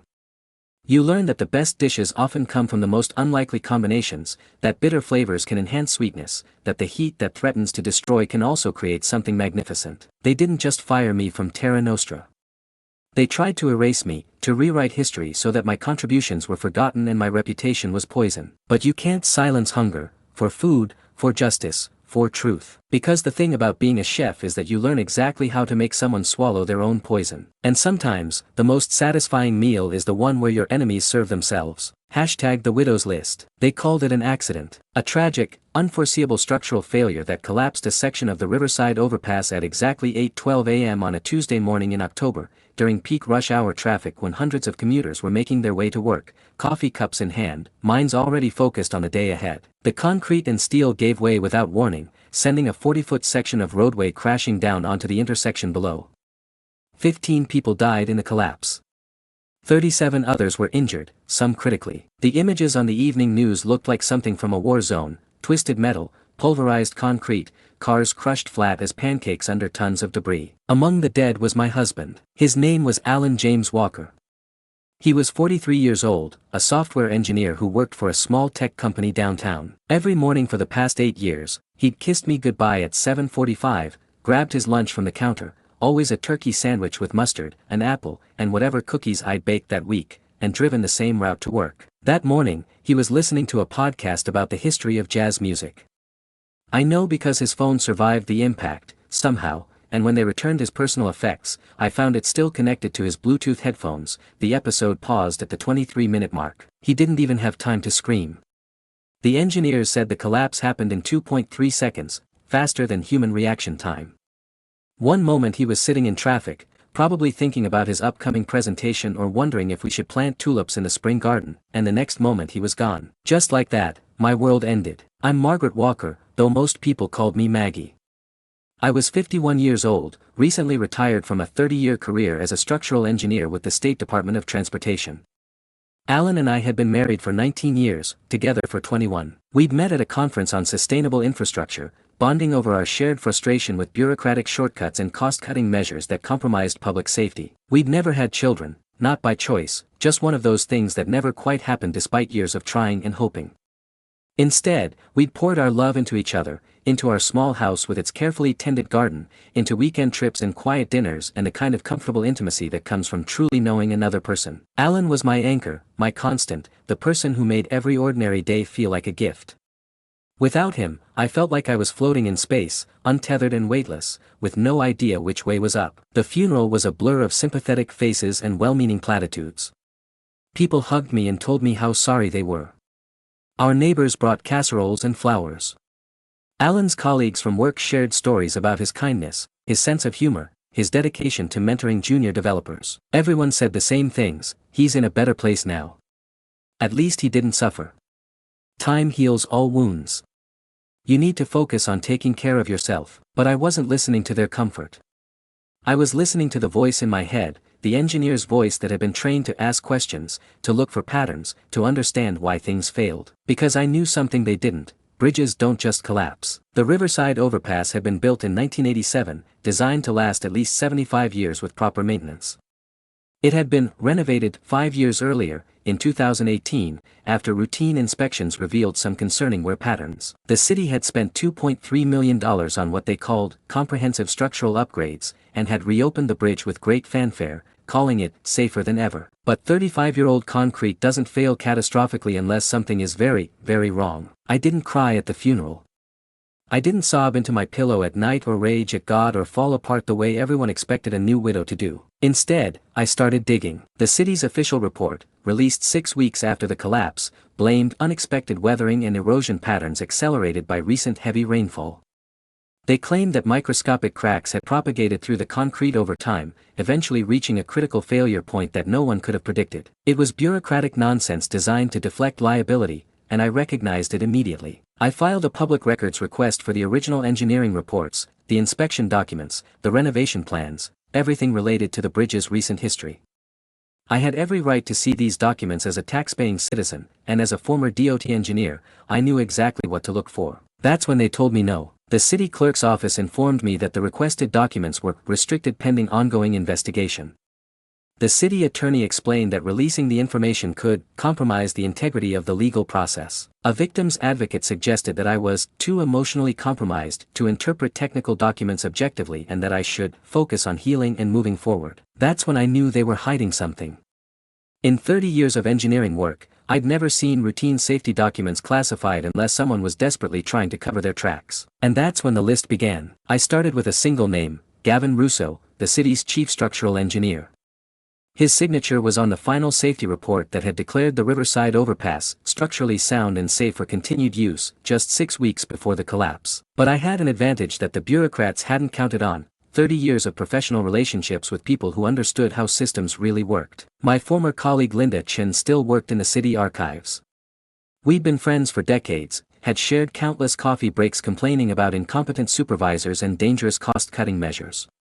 Linda understood exactly what I was going through, and she also understood that engineering records shouldn't be political documents. 3 weeks after my official request was denied, Linda slipped me a manila envelope during a chance encounter at the grocery store. Inside were photocopies of the original inspection reports, the ones that had been submitted before the city's legal department got involved. What I found made my blood run cold. Gavin's initial assessment had identified 6 critical vulnerabilities in the bridge structure: corroded rebar, insufficient concrete coverage, signs of alkali silica reaction, problematic settlement patterns, inadequate drainage leading to water infiltration, and stress fractures in 2 of the primary support beams. His recommendation had been clear: immediate closure and comprehensive reconstruction required.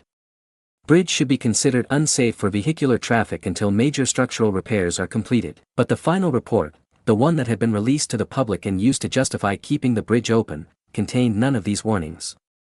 Instead, it described minor wear patterns consistent with normal aging and recommended routine maintenance and continued monitoring. Someone had ordered Gavin to rewrite his findings. Someone had decided that public safety was less important than avoiding the cost and political embarrassment of closing a major traffic artery. Gavin Russo became the first name on my list, but I knew he wasn't acting alone. Engineers don't falsify safety reports without pressure from above, and they don't usually have the authority to authorize major cover-ups on their own. I began mapping the decision-making chain, identifying everyone who had touched the Riverside Overpass project over the past 5 years. I created spreadsheets, timelines, organizational charts. I cross-referenced campaign contributions, vendor contracts, and employment histories. Slowly, methodically, I built a complete picture of the corruption and negligence that had killed my husband. Jennifer Lang was the project manager from Harcon Construction, the company that had been awarded the $2.3 million renovation contract. According to the public records, Harcon had replaced all deteriorated rebar and upgraded concrete coverage to current safety standards. But the photos they'd submitted to document their work told a different story to someone who knew how to read them. I spent hours with a magnifying glass, analyzing the images pixel by pixel, comparing them to standard construction practices. What I found was damning. The before and after photos were virtually identical. Harcon had painted over the rust on existing rebar and applied a thin veneer of new concrete, but they hadn't actually replaced anything structural. They'd essentially given the bridge a cosmetic makeover while leaving all the underlying problems intact. Jennifer Lang had knowingly submitted fraudulent documentation to the city, certifying that work had been completed that had never actually been done. She'd collected $2.3 million in taxpayer money for repairs that existed only on paper. Her name went on the list. The deeper I dug, the more names I found. Councilman Robert Doyle had been the primary political champion of the bridge renovation project. He'd pushed hard for the quick timeline, arguing that the city needed to show visible progress on infrastructure improvements before the upcoming election. He'd personally lobbied other council members to approve the expedited renovation rather than the full reconstruction that the engineers had originally recommended. What Councilman Doyle hadn't disclosed was that Harcon Construction had been one of his largest campaign contributors, donating $15,000 to his re-election fund just 2 months before the contract was awarded. His wife's consulting firm had also received a $50,000 community outreach contract to help promote the renovation project to local residents. Robert Doyle had a clear financial incentive to ensure that Harcon got the renovation contract, regardless of whether their bid was actually the best solution for public safety. His name went on the list. I found building inspectors who had signed off on work they'd never actually examined. Subcontractors who had used expired cement that didn't meet safety specifications. Material suppliers who had substituted cheaper components without updating their documentation. Junior engineers who had been pressured to change their assessments from critical concern to routine maintenance required. Each name that went on the list represented another small betrayal, another decision to prioritize money or convenience over the lives of the people who used that bridge every day. But I didn't want revenge in the traditional sense. I wasn't planning to hurt anyone physically or destroy their property. I didn't want to become the kind of person who let grief turn her into something dark and vindictive. What I wanted was accountability. I wanted consequences.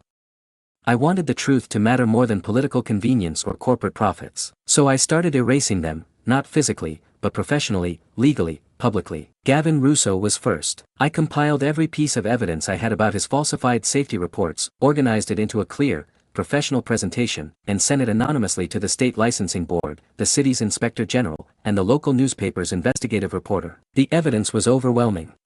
Gavin had violated every ethical standard of the engineering profession by knowingly submitting false safety assessments.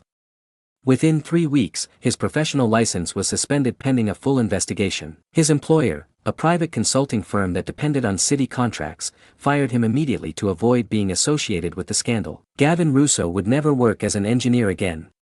His career was over, his reputation destroyed, his ability to endanger other people through professional negligence permanently eliminated. Jennifer Lang was next. I documented her company's fraudulent billing practices, their submission of false progress reports, their failure to complete the work they'd been paid for. But I needed more than just evidence. I needed someone with the authority and motivation to act on it. I found that someone in Maria Rodriguez, an investigative journalist with the local newspaper who had won awards for her coverage of municipal corruption. Maria was known for her meticulous fact-checking and her willingness to take on powerful interests when she had solid evidence of wrongdoing. I sent Maria everything: the falsified progress photos, the billing records that didn't match the actual work performed, the internal Harcon emails I'd obtained through careful social engineering. I provided a complete timeline of the renovation project, highlighting every discrepancy between what had been promised and what had actually been delivered. Maria's investigation ran as a 5-part series that dominated the local news cycle for weeks. The headline of the first article was simple and devastating: how a construction company stole $2.3 million and got away with murder. Jennifer Lang was indicted on 17 counts of fraud, embezzlement, and reckless endangerment. Harcon Construction lost every city contract they held and eventually declared bankruptcy. Jennifer herself faced up to 20 years in federal prison. Councilman Doyle required a more delicate approach. As an elected official, he had certain protections against investigation, and his political connections made him harder to target directly. But politicians live and die by public perception, and Robert Doyle had given me plenty of ammunition. I spent weeks combing through public records, campaign filings, social media posts, and local news archives. I mapped every campaign contribution, every speaking engagement, every public statement he'd made about infrastructure policy. What emerged was a clear pattern of corruption and hypocrisy.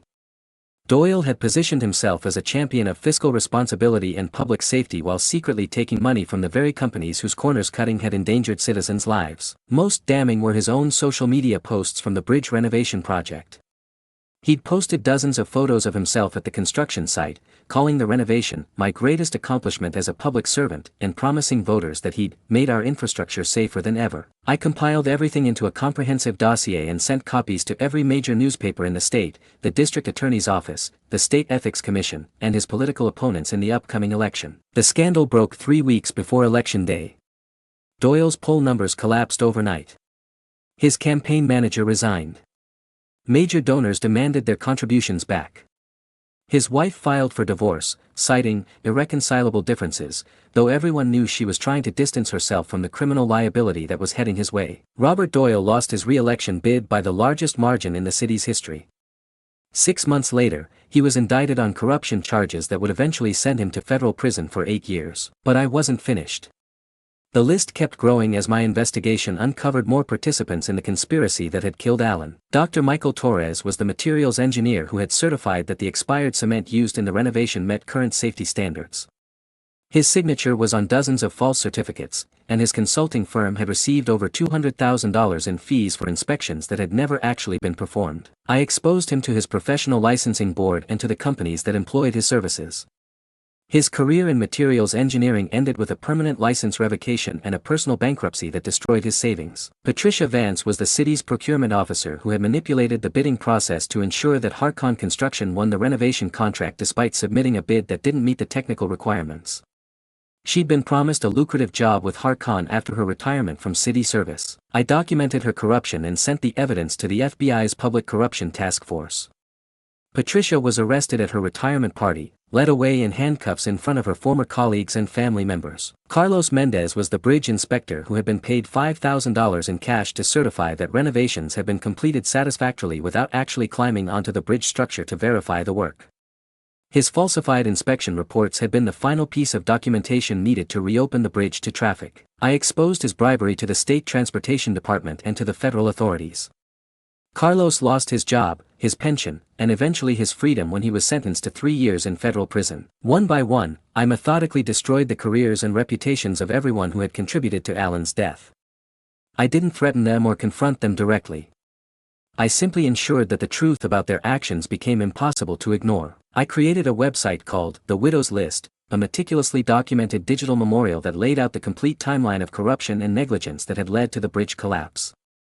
Every name was backed up with evidence, every accusation supported by documentation, every claim verified through multiple sources. At first, people thought I was crazy. A grieving widow who had lost touch with reality, seeing conspiracies where there were only tragic accidents. The city's lawyers tried to have the website taken down, claiming it was defamatory. Some of the people I'd exposed threatened to sue me for harassment. But then the indictments started coming. The FBI investigations began. The state attorney general announced a special task force to investigate municipal infrastructure corruption. Suddenly, people started taking the widow's list seriously. The local news media began using my website as a primary source for their own investigations. National journalists picked up the story, turning it into a symbol of grassroots accountability in the face of institutional corruption. Academic researchers cited my work in papers about infrastructure policy and government transparency. I had no legal team, no political backing, no institutional support. Just grief channeled into meticulous documentation and an engineer's understanding of how systems fail. And it worked. Over the course of 3 years, 17 people were criminally charged in connection with the Riverside overpass collapse. 12 of them were convicted and sentenced to prison terms ranging from 18 months to 15 years. The remaining 5 pled guilty and received probation in exchange for cooperating with ongoing investigations. The city paid $47 million in settlements to the families of the victims, money that came directly from the officials and companies whose negligence had caused the tragedy, not from taxpayers who had already been victimized by their government's failures. More importantly, the scandal led to comprehensive reforms in how infrastructure projects were managed, inspected, and maintained. New laws required multiple independent inspections for any bridge work. Whistleblower protections were strengthened for engineers who reported safety concerns. Campaign contribution limits were tightened to prevent the kind of corruption that had influenced the original renovation contract. 3 years and 2 months after Allen's death, the city demolished what remained of the Riverside overpass and began construction on a replacement bridge designed to modern safety standards with unprecedented transparency and oversight. The new bridge took 18 months to complete and cost $12 million. Money that could have been saved if they'd simply done the job correctly the first time instead of cutting corners and covering up problems. On a crisp morning in November, exactly 4 years after the collapse, the city held a ribbon-cutting ceremony for the new bridge. They'd named it the Allen Walker Memorial Overpass, in honor of my husband and the other victims whose deaths had finally forced the city to prioritize safety over politics. I stood in the crowd wearing Allen's old jacket, a soft brown wool coat that still smelled faintly of his cologne, listening to politicians give speeches about lessons learned and commitments to public safety. The mayor praised my tireless advocacy and called me an inspiration to everyone who believes in justice and accountability. Reporters pushed microphones in my face, asking how it felt to finally get justice, whether the new bridge provided closure, what advice I had for other people fighting institutional corruption. I told them the truth: it doesn't bring him back. But maybe it saves someone else's husband, someone else's wife, someone else's family. That night, I went home to the house Allen and I had shared, to the bedroom where his side of the closet still held his clothes, to the kitchen where his coffee mug still sat in the cabinet where I'd left it 4 years ago. I logged onto the Widows List website for what I knew would be the last time. I scrolled through the names, the evidence, the timeline of destruction and accountability that had consumed my life for the past 4 years. At the bottom of the list, I added one final name, Margaret Walker, because in pursuing justice for Allen, I had lost almost everything else. Friends who couldn't understand my obsession with the past. Job opportunities I'd turned down to focus on my investigation. Relationships I'd neglected, hobbies I'd abandoned, pieces of myself I'd sacrificed on the altar of accountability. I had won, but I wasn't sure who I was without the fight. For 4 years, my identity had been defined by my mission to expose the truth and punish the guilty. Now that the mission was complete, I felt empty, purposeless, lost in a way that had nothing to do with grief and everything to do with the person I'd become in pursuit of justice. So I archived the website. Not deleted, the information was too important to lose, and other researchers and journalists might need access to it for future investigations. But I buried it, password protected it, removed it from search engines and public view. Like the grief I still carried every day, like Allen himself, the Widows List became something that existed but couldn't be easily found, something that shaped me but no longer defined me. People think revenge is about rage, about explosive anger and dramatic confrontations. But real accountability, true justice, is slow, methodical, precise. It requires patience, documentation, and an understanding that systemic change happens gradually, through the accumulation of small victories rather than single decisive battles. It's grief with a scalpel, cutting away corruption with surgical precision until only truth remains. Justice doesn't always wear a black robe or carry a gavel. Sometimes it wears a widow's face, carries an engineer's knowledge, and refuses to let important people forget that their decisions have consequences. Allen was gone, and nothing I did could bring him back. But the bridge that killed him would never kill anyone again. The people whose negligence had destroyed my world would never have the opportunity to destroy another family's world. That wasn't revenge. It was simply math, an equation balanced, a debt paid in full, a system corrected to prevent future failures. And sometimes, that's the best kind of justice we can hope for. #The Silent Roommate. My name is Thomas Mitchell, though everyone called me Tom. For the first 22 years of my life, I lived in a kind of voluntary invisibility that I'd perfected since middle school. I wasn't mute, wasn't mentally ill, wasn't physically incapable of speaking up for myself.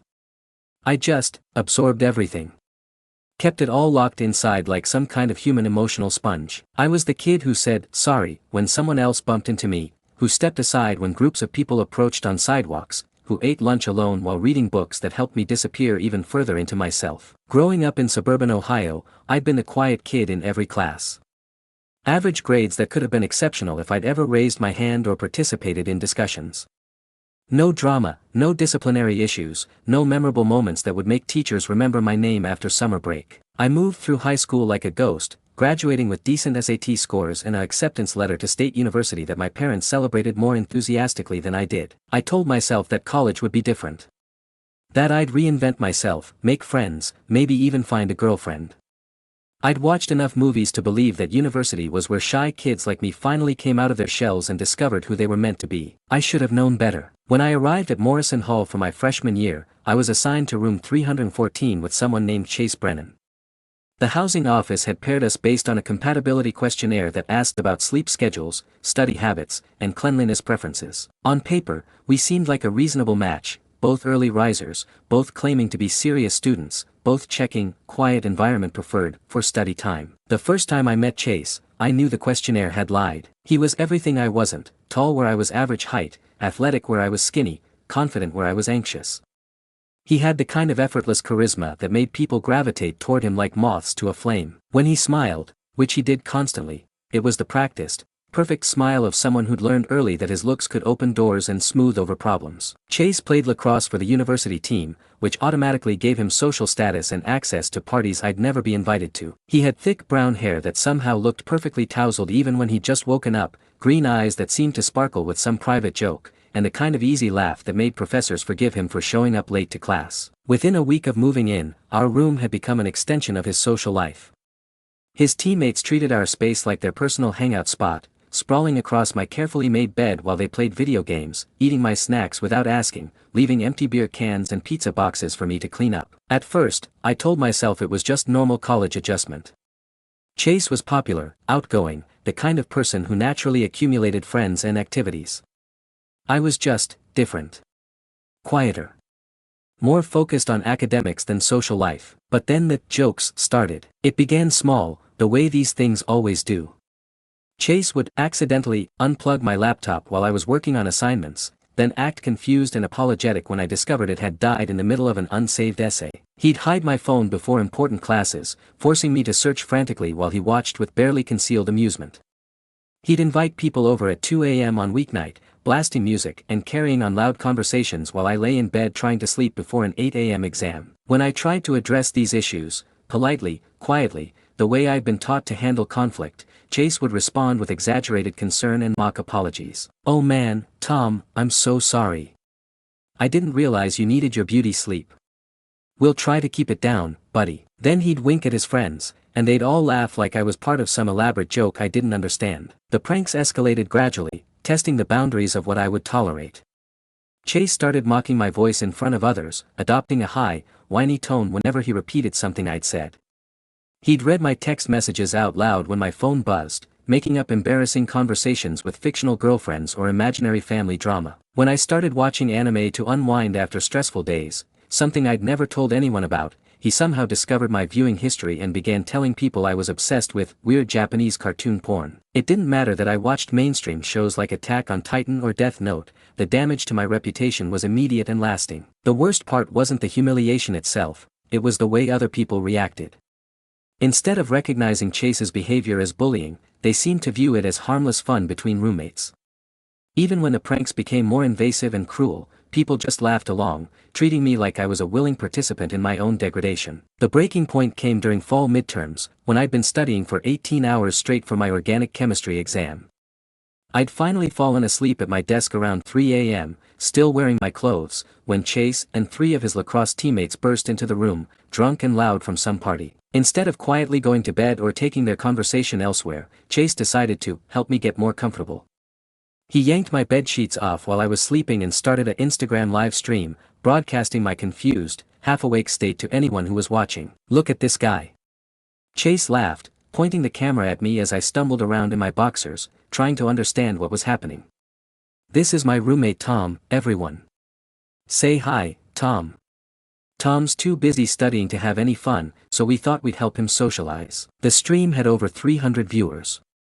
Comments poured in, laughing emojis, fire symbols, people making jokes about my pale skin and skinny frame. I could see my reflection in Chase's phone screen, confused, vulnerable, stripped of the last shreds of dignity I'd been trying to maintain. That night, something inside me broke. Not dramatically, there were no screaming matches or physical confrontations. I just stopped. Stopped trying to coexist peacefully. Stopped making excuses for his behavior. Stopped believing that things would get better if I just endured long enough. I wanted to file a formal complaint with the housing office, maybe even with the dean of students. I had evidence, screenshots of the Instagram stream, photos of my vandalized belongings, timestamps showing the pattern of harassment. I knew that what Chase was doing violated multiple university policies about respectful living environments and student conduct. But every time I imagined walking into an administrator's office and explaining what was happening, I felt paralyzed with shame and fear. How could I prove that Chase's behavior was intentional rather than just normal roommate friction? How could I make them understand the psychological toll of constant humiliation without sounding weak or oversensitive? More importantly, what would happen if I filed a complaint and nothing changed? Chase would know I'd tried to get him in trouble, and his retaliation would probably be swift and devastating. I'd seen how he operated, everything plausibly deniable, everything framed as harmless fun between friends. So I suffered in silence, trying to minimize my presence in our shared space, sleeping in the library study rooms when possible, eating meals at odd hours to avoid running into Chase and his friends in the dining hall. But Chase wasn't content to let me fade into the background. The more I withdrew, the more aggressively he pursued his campaign of psychological torment. He started calling me names that stuck: Virgin Tom, Wallpaper Tom, Autistic Tom, delivered with a smile that made them sound like terms of endearment to anyone who wasn't paying close attention. He found my personal photos on my laptop, nothing scandalous, just some shirtless progress pictures I'd taken at the campus gym to track my slow efforts to build muscle. Chase copied them to his phone and posted them on a bodybuilding forum with captions about scrawny losers who think they're making gains. People messaged me directly with mocking comments and crude jokes about my physique. When I started sleeping in the library to avoid our room entirely, Chase escalated to sabotaging my academic life directly.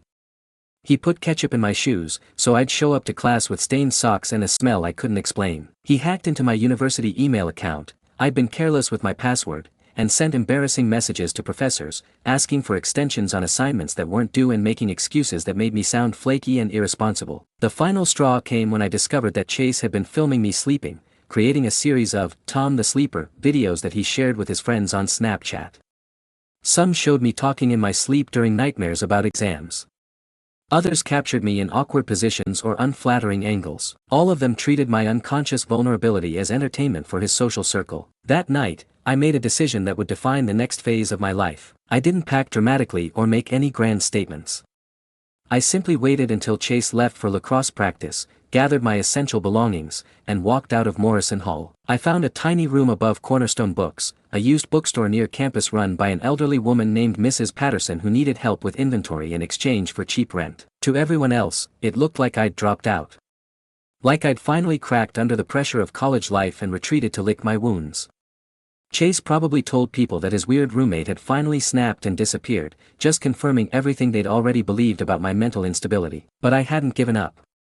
I'd simply gone underground. Mrs. Patterson's bookstore became my sanctuary and my training ground. Surrounded by thousands of books on every subject imaginable, I had access to resources that most students could only dream of. More importantly, I had time, hours and hours of uninterrupted solitude to focus on learning skills that weren't taught in any university curriculum. I started with basic computer programming, working through textbooks on Python and Java, building simple applications that helped Mrs. Patterson manage her inventory. But programming led to networking led to security, and security led to a world of possibilities that Chase had never imagined. I spent 6 months teaching myself cybersecurity from the ground up. VPN tunneling, email spoofing, metadata manipulation, social engineering, digital forensics, all the tools and techniques that security professionals use to protect systems and that hackers use to exploit them. I wasn't planning to become a criminal. I was planning to become someone who understood how digital systems really worked, someone who could navigate the online world with the same invisibility I'd perfected in physical spaces. By winter break, I had created a new online identity, Void Zero. The name was chosen carefully, void representing emptiness, the absence that people like Chase never noticed, and 0 representing the starting point from which I was building something entirely new. Through Void 0, I began conducting what I called reconnaissance, careful, methodical exploration of Chase's digital life. His social media accounts, his email patterns, his device security, his online habits. I wasn't looking for immediate leverage, I was building a comprehensive understanding of his digital footprint, mapping the infrastructure of his virtual existence. What I discovered was both encouraging and disturbing. Chase was completely careless about online security. He used the same password for multiple accounts, clicked on suspicious links without thinking, connected to unsecured Wi-Fi networks, and granted permissions to apps without reading the terms of service. He lived his entire life online with the same casual confidence he displayed in person, never imagining that someone might be watching, cataloging, planning. More troubling was the extent of his cruelty toward other people. The videos of me sleeping were just the tip of the iceberg. Chase had similar content featuring other victims, photos taken without consent, private conversations screenshotted and shared, elaborate pranks designed to humiliate people who couldn't fight back. He collected humiliation like trophies, storing everything in cloud folders organized by victim name. I found evidence of him manipulating multiple relationships, lying to girlfriends about his whereabouts while he pursued other women, using his charm and social status to exploit people's trust and affection. He'd convinced one girl to lend him $500 for emergency car repairs, then spent the money on new lacrosse equipment. He'd leaked nude photos that an ex-girlfriend had sent him during their relationship, distributing them to his teammates as proof of his sexual conquests. Chase Brennan wasn't just a bully, he was a predator who used his charisma and social status to harm people systematically. And like most predators, he was confident that his victims would never have the courage or ability to fight back. He was wrong. I didn't want revenge that was loud or dramatic. I didn't want to confront him physically or engage in the kind of theatrical justice that movies taught us to expect. I wanted something more elegant, more permanent, revenge that would erase the foundation of his power and leave him with nothing to rebuild. I wanted to give him the same feeling he'd given me, complete helplessness in the face of forces beyond his control. I started with patience, spending another month perfecting my access to his devices and accounts. Chase had made it easy by syncing everything to the cloud and using his university credentials to log into multiple services. Once I had administrative access to his digital life, I could see everything he did, read everything he wrote, and modify anything I wanted without leaving traces he could detect. Then I began writing his downfall. The first phase was evidence planting. Using sophisticated photo editing software and metadata manipulation tools, I created a folder on his laptop titled private_do_not_open. Inside were fabricated screenshots of conversations between Chase and what appeared to be a minor, carefully crafted to look like genuine text exchanges, complete with realistic phone numbers, timestamps, and conversation patterns that suggested grooming behavior. The fake evidence was sophisticated enough to fool casual inspection but deliberately flawed in ways that forensic analysis would eventually expose. I wasn't trying to frame Chase for crimes he didn't commit, I was creating a scenario that would trigger investigations, forcing him to defend himself against allegations that would damage his reputation regardless of the eventual outcome. I encrypted the false evidence with hidden timestamps going back over a year, making it appear that Chase had been engaging in inappropriate behavior for an extended period. Then I programmed his laptop to automatically forward the folder to the campus Title IX office, triggered by his next login to the university network. The second phase targeted his future prospects. Chase had applied for summer internships at 3 major consulting firms, all of which had invited him for interviews based on his academic record and lacrosse achievements. Using his LinkedIn credentials, I accessed his professional networking accounts and sent a series of increasingly unhinged messages to recruiters and hiring managers. The messages started subtly: requests for meetings at inappropriate times, casual comments that suggested instability or poor judgment.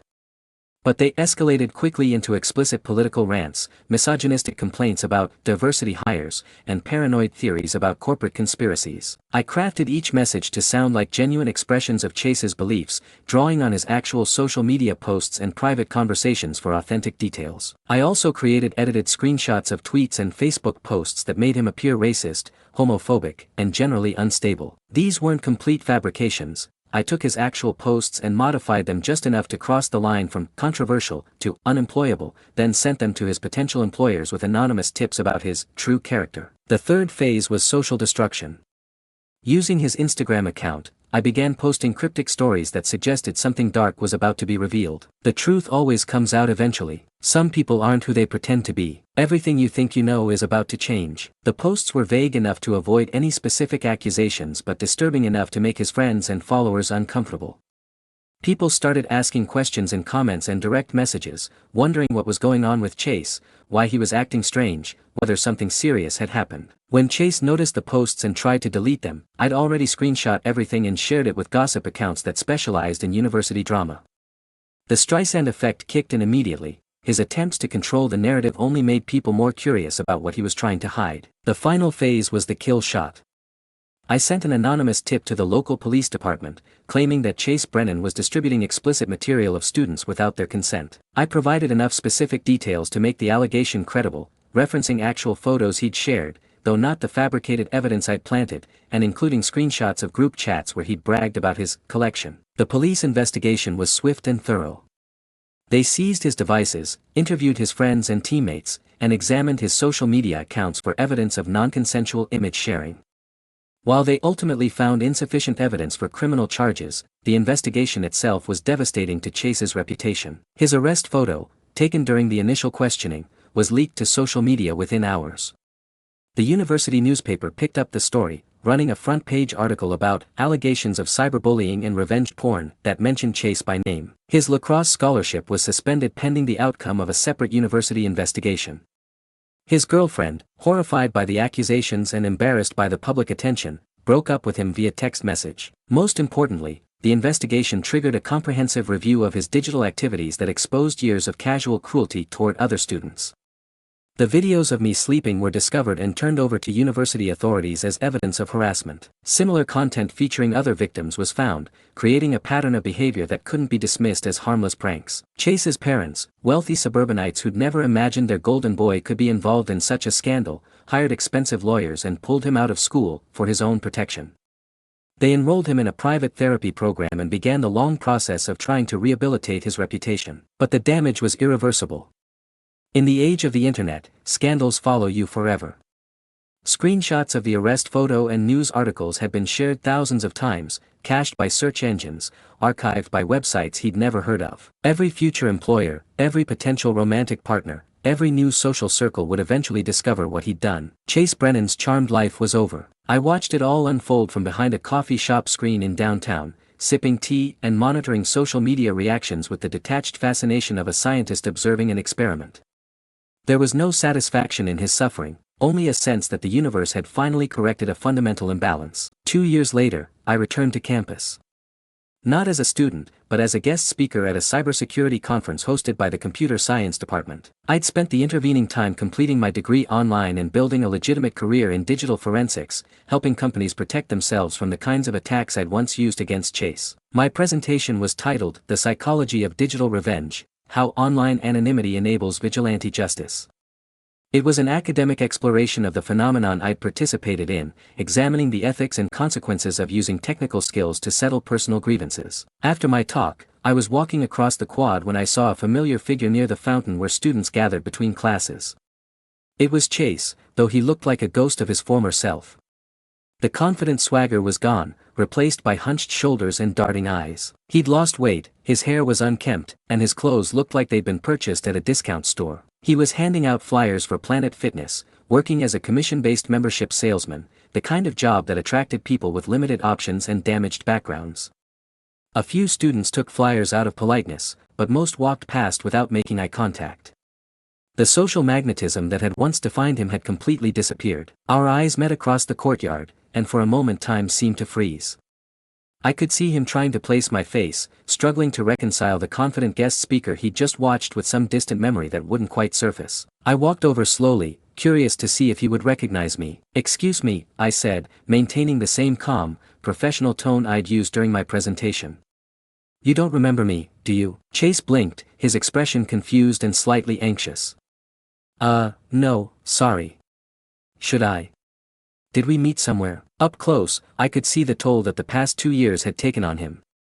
There were dark circles under his eyes, stress lines around his mouth, and a general air of defeat that permeated everything about his appearance and demeanor. This wasn't the confident predator who terrorized me and countless others, this was just a broken man trying to survive the consequences of his own actions. I leaned in close enough that only he could hear me, speaking in the same quiet voice I'd used throughout our time as roommates. "You used to call me Wallpaper Tom." The recognition hit him like a physical blow. His face went pale, his hands started shaking, and he dropped several of the flyers he'd been holding. For a moment, I thought he might collapse or run away. "You," he whispered, barely audible. "You're the one who, you ruined my life." I straightened up and smiled, not with cruelty or satisfaction, but with the calm confidence of someone who'd learned to stand up for himself. "No, Chase. I didn't ruin your life. I just made sure people could see it clearly for what it really was." I paused, letting that sink in. "You spent years collecting other people's humiliation like trophies. You turned cruelty into entertainment and vulnerability into a weapon. All I did was give you a taste of what that feels like." Chase opened his mouth to respond, but no words came out. He stood there shaking, clutching his remaining flyers like a life preserver, looking nothing like the predator who'd once made my life a living hell. "The difference between us," I continued, "is that I learned from my pain. I used it to become stronger, smarter, more capable. You just used yours to blame everyone else for the consequences of your own choices." I turned to walk away, then paused and looked back. "For what it's worth, I hope you figure out how to be a better person. Not for my sake, I'm doing fine without your apology. But for the sake of whoever you might hurt next if you don't learn anything from this experience." And then I walked away, leaving Chase standing alone by the fountain with his discount store clothes and his commission-based job and his thoroughly destroyed reputation. I never saw him again, though I occasionally checked up on him through social media and public records. He never returned to university. He bounced between entry-level jobs, always struggling to explain the gaps in his resume and the results that came up when employers Googled his name. He moved back in with his parents, then moved out, then moved back in again when another opportunity fell through. But he never posted another video of someone sleeping without their consent. He never shared another private photo or conversation. He never used his physical presence to intimidate someone who couldn't fight back. Whatever else happened to Chase Brennan in the years that followed, he was no longer a predator. People think revenge is about rage, about explosive anger and dramatic confrontations. They imagine it as a moment of cathartic violence where justice is served with brutal efficiency. But real revenge, the kind that actually changes things, is quiet, methodical, and patient. It's about understanding your opponent's weaknesses and exploiting them systematically until they have no choice but to confront the reality of what they've done. It's about balance, as I'd told Chase that day by the fountain. For years, he'd wielded power carelessly, hurting people because he could, because he enjoyed it, because he never imagined there would be consequences. I hadn't destroyed his life out of malice or sadistic pleasure. I'd simply ensured that the universe's ledger was properly balanced, that someone who'd caused tremendous pain would experience a proportional amount of pain himself. And sometimes, when dealing with predators who mistake kindness for weakness and silence for consent, that kind of balance is the only language they understand. The quiet ones, it turns out, are often the ones you should fear most. Not because we're dangerous by nature, but because we have time to think, to plan, to learn skills that louder people never bother to develop. We know how to wait. We know how to watch. And when the time comes, we know exactly how to make our silence speak louder than any scream. The butcher's revenge. They called me old-fashioned, as if it were a disease. Said my shop didn't belong in the modern city, that I was a relic from a bygone era when people actually cared about the provenance of their food.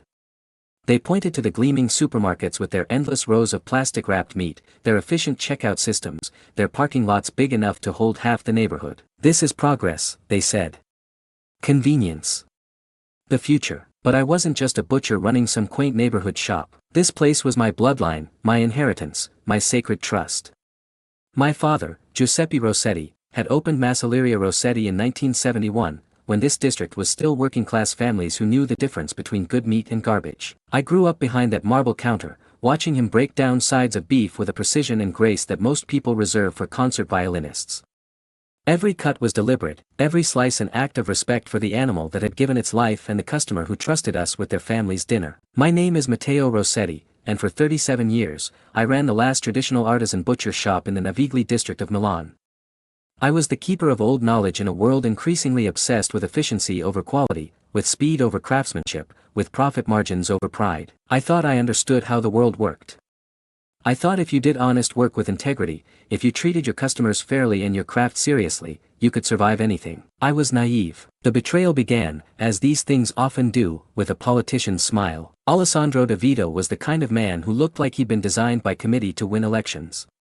Tall, silver-haired, with the sort of practiced charisma that made people feel important just by being in his presence. He had a way of speaking that made every conversation feel like a personal confidence, every handshake like a sacred bond between old friends. During his campaign for mayor, he made the rounds of every small business in the district, pressing flesh and making promises with the easy confidence of someone who'd never had to keep them. When he arrived at my shop on a Tuesday morning in late September, he brought an entourage, campaign photographers, local TV news crews, a handful of political operatives with clipboards and calculating eyes. "Matteo," he called out as he entered, as if we'd known each other for years instead of meeting for the first time.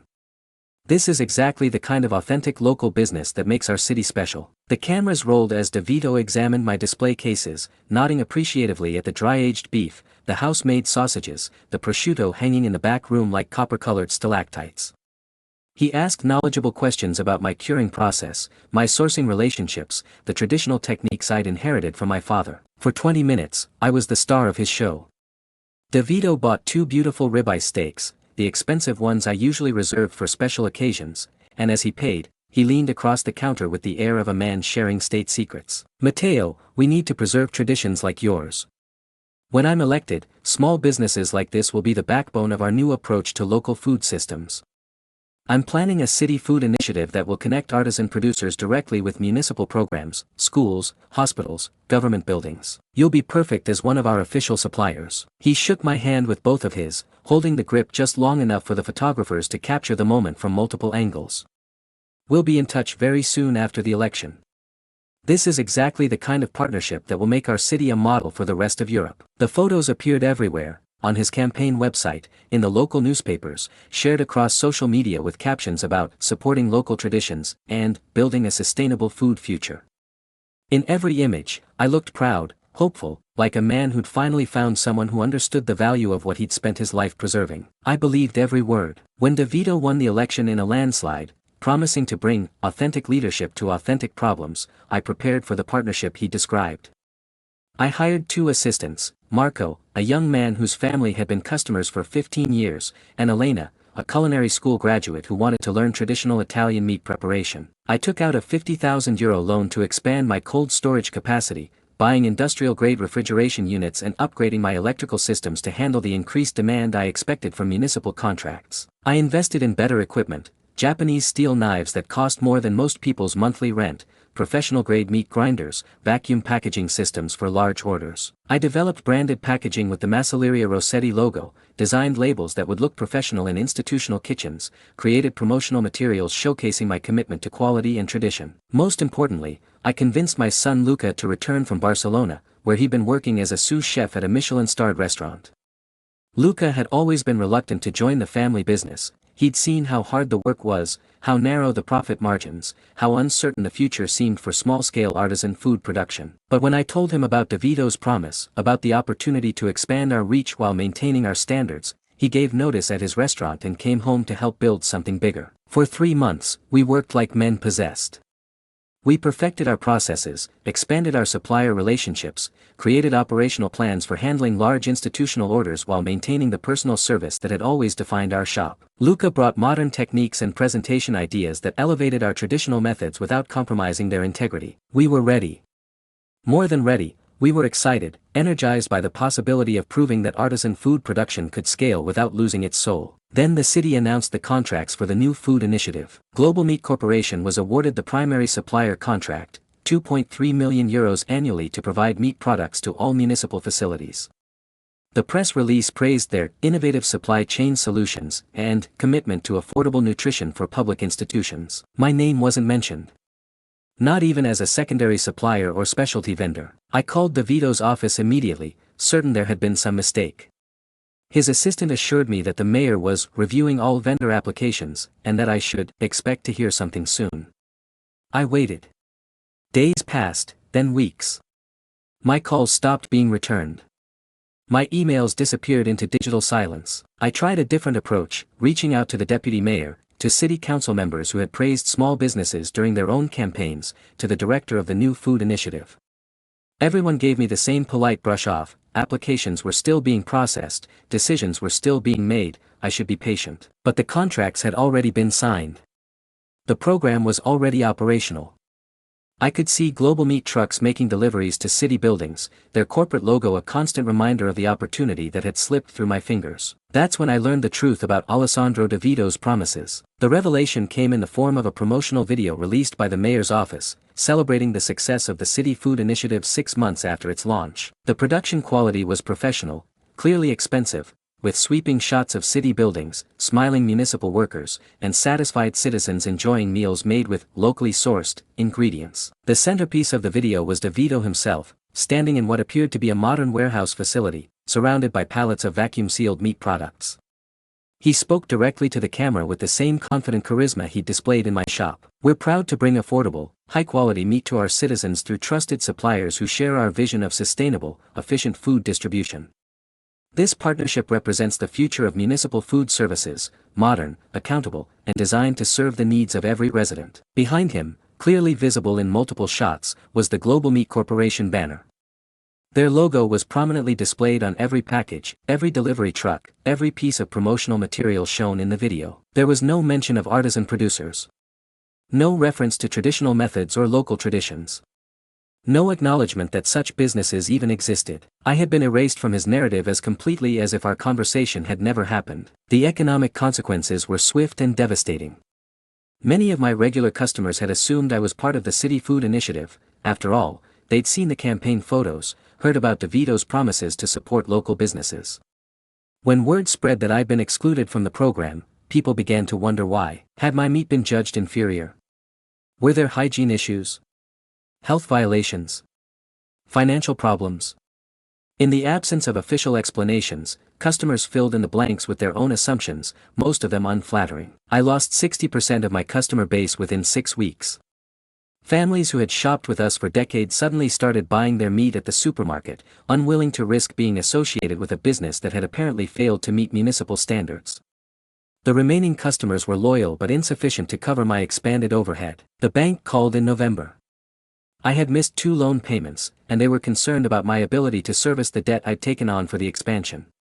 When I explained about the promised municipal contracts, the loan officer was sympathetic but firm. Promises weren't collateral, and my current income couldn't support the payment schedule. They froze my credit line, effectively cutting off my access to the working capital I needed to maintain inventory and pay my new employees. I had to let Marco and Elena go just before Christmas. Both had families, both had trusted me when I promised them steady work in an expanding business. Watching them clean out their lockers, seeing the disappointment and confusion in their faces, was almost as painful as what I had to do next. I called Luca and told him he needed to return to Barcelona. The opportunity we'd planned together, father and son building something lasting, had evaporated like morning mist. The family business that was supposed to be his inheritance was dying, and I couldn't ask him to die with it. "Papa," he said, "let me stay. We can figure this out together. Maybe start smaller, rebuild gradually." "No." I cut him off more sharply than I'd intended. "You have a career. A future. Don't let my mistakes destroy your opportunities." The night after Luca left for the airport, I closed the shop early and sat alone in the darkness, surrounded by the ghosts of 4 generations of honest work. The marble counter where my grandfather had first learned to cut meat. The wooden cutting board seasoned by decades of service. The hooks where we'd hung prosciutto that took 2 years to cure properly, each one a bet on the future that was now worthless. I reached for the knife roll that contained my most precious tools, German carbon steel blades that my father had given me when I took over the business, Japanese knives I'd bought with my first profitable year's earnings, vintage French knives that I'd inherited from my grandfather. Each one was an extension of my hands, an instrument of craft and pride. I wasn't planning to hurt anyone with those knives. I wasn't thinking about violence or dramatic gestures of revenge. I was thinking about precision. About the difference between a clean cut and a ragged tear.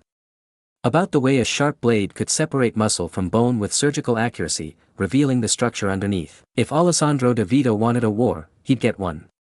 But it would be fought with the same methodical precision I brought to every aspect of my craft. I began with public records requests. In Italy, municipal contracts above a certain threshold are supposed to be matters of public record, available for citizen review to ensure transparency and prevent corruption. I filed formal requests for all documentation related to the City Food Initiative, the original request for proposals, the evaluation criteria, the scoring rubrics used to select suppliers, the final contract terms. What I received was a masterclass in bureaucratic obfuscation.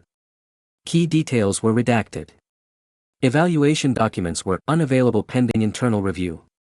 Financial information was commercially sensitive and therefore exempt from disclosure. But enough information leaked through the censorship to reveal disturbing patterns.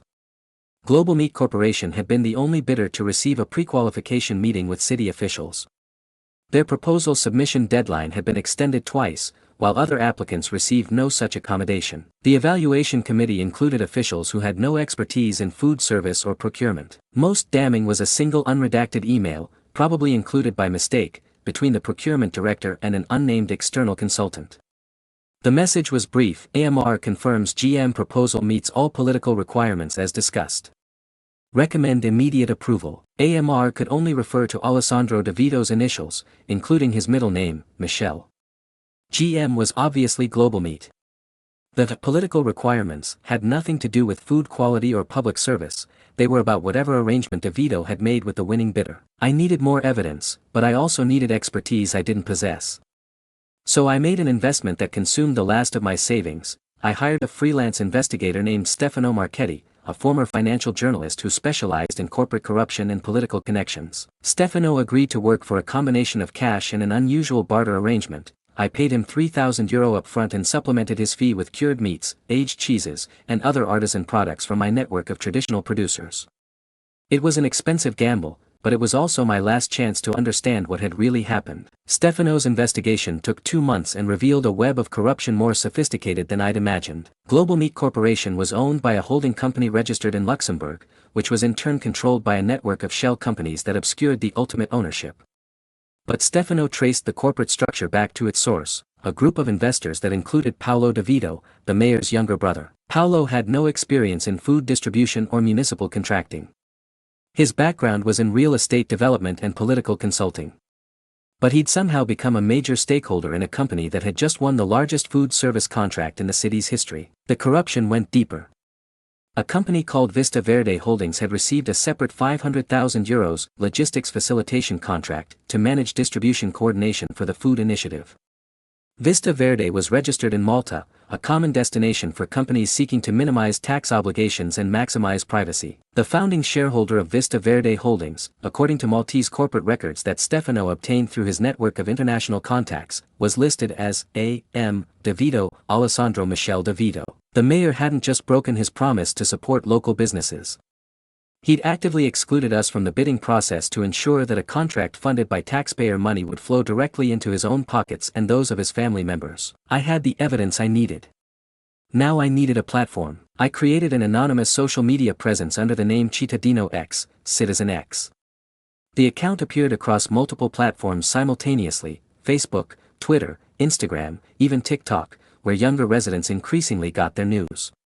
Each profile used the same avatar, a stark black and white image of scales, the symbol of justice. I started each post with the same tagline: "The meat you eat feeds their pockets." Then I began releasing the evidence systematically, building a narrative that even casual social media users could follow. Corporate ownership charts. Financial flow diagrams. Timeline comparisons showing how contracts were awarded before the bidding process had officially closed. The content was designed to be shareable, digestible, and emotionally compelling. I wasn't just exposing corruption, I was telling the story of small businesses betrayed by the politicians who claimed to support them. The response was immediate and intense. Each post was shared hundreds of times within hours. Local news outlets began picking up the story, using my research as the foundation for their own investigations. Opposition politicians started demanding answers from DeVito's administration. But social media alone wasn't enough. I needed traditional journalism to give the story credibility and reach. I printed thousands of flyers summarizing the key evidence and spent my evenings distributing them throughout the city. I slipped them into mailboxes, posted them on community bulletin boards, left stacks in cafes and restaurants where they might be discovered by curious customers. I wrote letters to every journalist in Milan, from veteran political reporters to food writers to business correspondents. Most ignored me. Anonymous tips from disgruntled citizens are common, and most lead nowhere. But one person took notice: Giulia Bianchi, a recent journalism school graduate working for a small weekly newspaper. Giulia was hungry for the kind of story that could establish her reputation, and she had the energy and idealism to follow leads that more experienced reporters might dismiss. She spent 3 weeks verifying my research, interviewing sources, and obtaining additional documentation through her own channels. Her article was titled "From Blood to Bribes: The Dark Side of DeVito's Meat Monopoly," and it was everything I'd hoped for: comprehensive, well-sourced, and devastating in its implications. The story went national within 48 hours. Major newspapers picked it up, television news programs featured segments on municipal corruption in Milan, and political commentators began using the scandal as an example of systemic problems in local government contracting. Opposition leaders demanded a full investigation by the Anti-Corruption Bureau, Italy's specialized law enforcement agency for political and corporate crimes. The European Union announced that it was reviewing all municipal contracts funded by EU development money, including Milan's food initiative. De Vito's response was predictable: categorical denial, accusations of political sabotage, claims that he was the victim of a coordinated smear campaign by jealous competitors and opposition politicians. "These are baseless allegations designed to distract from our administration's record of achievement," he declared at a press conference. "I have always operated with complete transparency and integrity. My family's business interests are completely separate from my public service, and any suggestion otherwise is malicious and false." But the evidence was overwhelming, and more importantly, it was documented. Corporate records don't lie. Financial transactions leave trails. Email servers maintain logs that can be subpoenaed and analyzed. Within a week of Giulia's article, the Anti-Corruption Bureau raided Globalmeet's Milan offices, seizing computers, financial records, and correspondence. They also raided De Vito's personal office, his home, and the offices of several city officials involved in the contracting process. The investigation moved with surprising speed. Within a month, prosecutors had assembled enough evidence to file formal charges: fraud, abuse of power, money laundering, and violation of public trust. The indictment detailed a systematic scheme to manipulate municipal contracting for personal enrichment, involving multiple family members and political associates. De Vito resigned from office on a Wednesday morning in March, standing before a sparse crowd of reporters and claiming that he was stepping down to focus on defending my reputation and clearing my family's name. His resignation speech was brief and bitter, filled with complaints about politically motivated persecution and media assassination. He was arrested the following Friday. The scandal destroyed not just De Vito's career but his entire political network. The deputy mayor resigned. 3 city council members were implicated in the investigation. The procurement director was fired and faced criminal charges. The entire food initiative was suspended pending a comprehensive audit. But for me, the real victory wasn't political, it was personal. Within days of De Vito's arrest, customers began returning to my shop. Not all of them, but enough to matter. People who had been afraid to associate with a business that had seemingly failed municipal standards now understood that I'd been excluded precisely because I represented a threat to the corrupt system that had enriched politicians at taxpayers' expense. More than that, customers came not just for the meat but for the story. I became the man who had taken down a mayor, the small business owner who had refused to accept betrayal quietly. Local food bloggers wrote about the importance of supporting authentic, ethical producers, like Macelleria Rossetti. Tourism websites began including my shop on lists of must-visit local experiences for visitors who wanted to support businesses that embody traditional Italian values. I rehired Marco and Elena, though it took months to rebuild the inventory and processes we'd lost during the dark period. Luca returned from Barcelona, this time permanently, not because the business needed saving but because it was growing in new and interesting directions. The new city administration, led by an interim mayor who had campaigned on transparency and ethical governance, contacted me 6 months after De Vito's resignation. They wanted to restart the food initiative, but this time with genuine community involvement and strict oversight. They offered me exactly what De Vito had promised years earlier, a position as head of the new ethical food program, with responsibility for connecting small-scale artisan producers with municipal institutions while maintaining the quality standards that had been ignored under the previous system. I accepted, but with one non-negotiable condition: no cameras. No speeches. No photo opportunities. Just meet. I'd learned the difference between authentic partnership and political theater. If they wanted my expertise and my products, they could have both. But I would never again allow myself to be used as a prop in someone else's ambition. The first new food fair under the reformed program was held on a Saturday morning in September, exactly 2 years after De Vito's original visit to my shop. The event featured dozens of local producers, farmers, bakers, cheese makers, wine producers, all operating under strict transparency requirements that made their relationships with the city a matter of public record. A journalist from the same newspaper that had published Giulia's investigation approached me as I was setting up my display of dry-aged beef and house-made sausages. "Signor Rossetti," she said, "how does it feel to have won? To see your vision of local food systems become reality?" I paused in my work, considering her question while I arranged prosciutto slices on a wooden board that had belonged to my grandfather. "I didn't win," I said finally. "I just cut away the rot, so something better could grow." That was the truth, as I understood it. Revenge isn't always fire and fury, dramatic confrontations and explosive justice. Sometimes it's quieter, more methodical. Sometimes it's like curing meat, a process that requires patience, precision, and faith that time will transform something raw into something worthy of appreciation. Real revenge, the kind that actually changes things, is marinated in truth and cured with persistence. It takes time to develop its full flavor, but when it's ready, when it's properly prepared and presented, it feeds the whole city. Standing in that market square, surrounded by the sounds and smells of honest food production, I realized that I hadn't just destroyed Alessandro De Vito's political career. I'd helped create something better, a system where quality mattered more than connections, where small businesses could compete on their merits rather than their political relationships, where the next generation of artisan producers would have opportunities that had been denied to me. Luca was already talking to other young food producers about forming a cooperative, sharing resources and knowledge while maintaining their individual identities. Marco had started attending night classes in business management, preparing to eventually take over operations so I could focus on the craft aspects I loved most. Elena had developed relationships with local chefs who appreciated traditional preparation methods and were willing to pay premium prices for superior products. The shop that had nearly died because of one politician's greed was now thriving because of that same politician's downfall. The betrayal that had almost destroyed my family's legacy had ultimately strengthened it, forced us to innovate and adapt in ways that made us more resilient than we'd ever been before. That's the thing about precise cuts, they heal clean, leaving stronger tissue in their place. As I watched customers sampling products and chatting with producers, as I saw Luca explaining our curing process to a group of culinary students, as I felt the autumn sun warming the cobblestones beneath my feet, I understood that the best revenge isn't about destruction. It's about transformation. Taking something rotten and replacing it with something nourishing. Converting betrayal into accountability, corruption into transparency, promises broken into institutions rebuilt. Some people season their revenge with anger, but I prefer salt and thyme. The results last longer, taste better, and feed more people. In the end, that's what matters, not just settling scores, but making sure the next meal is better than the last.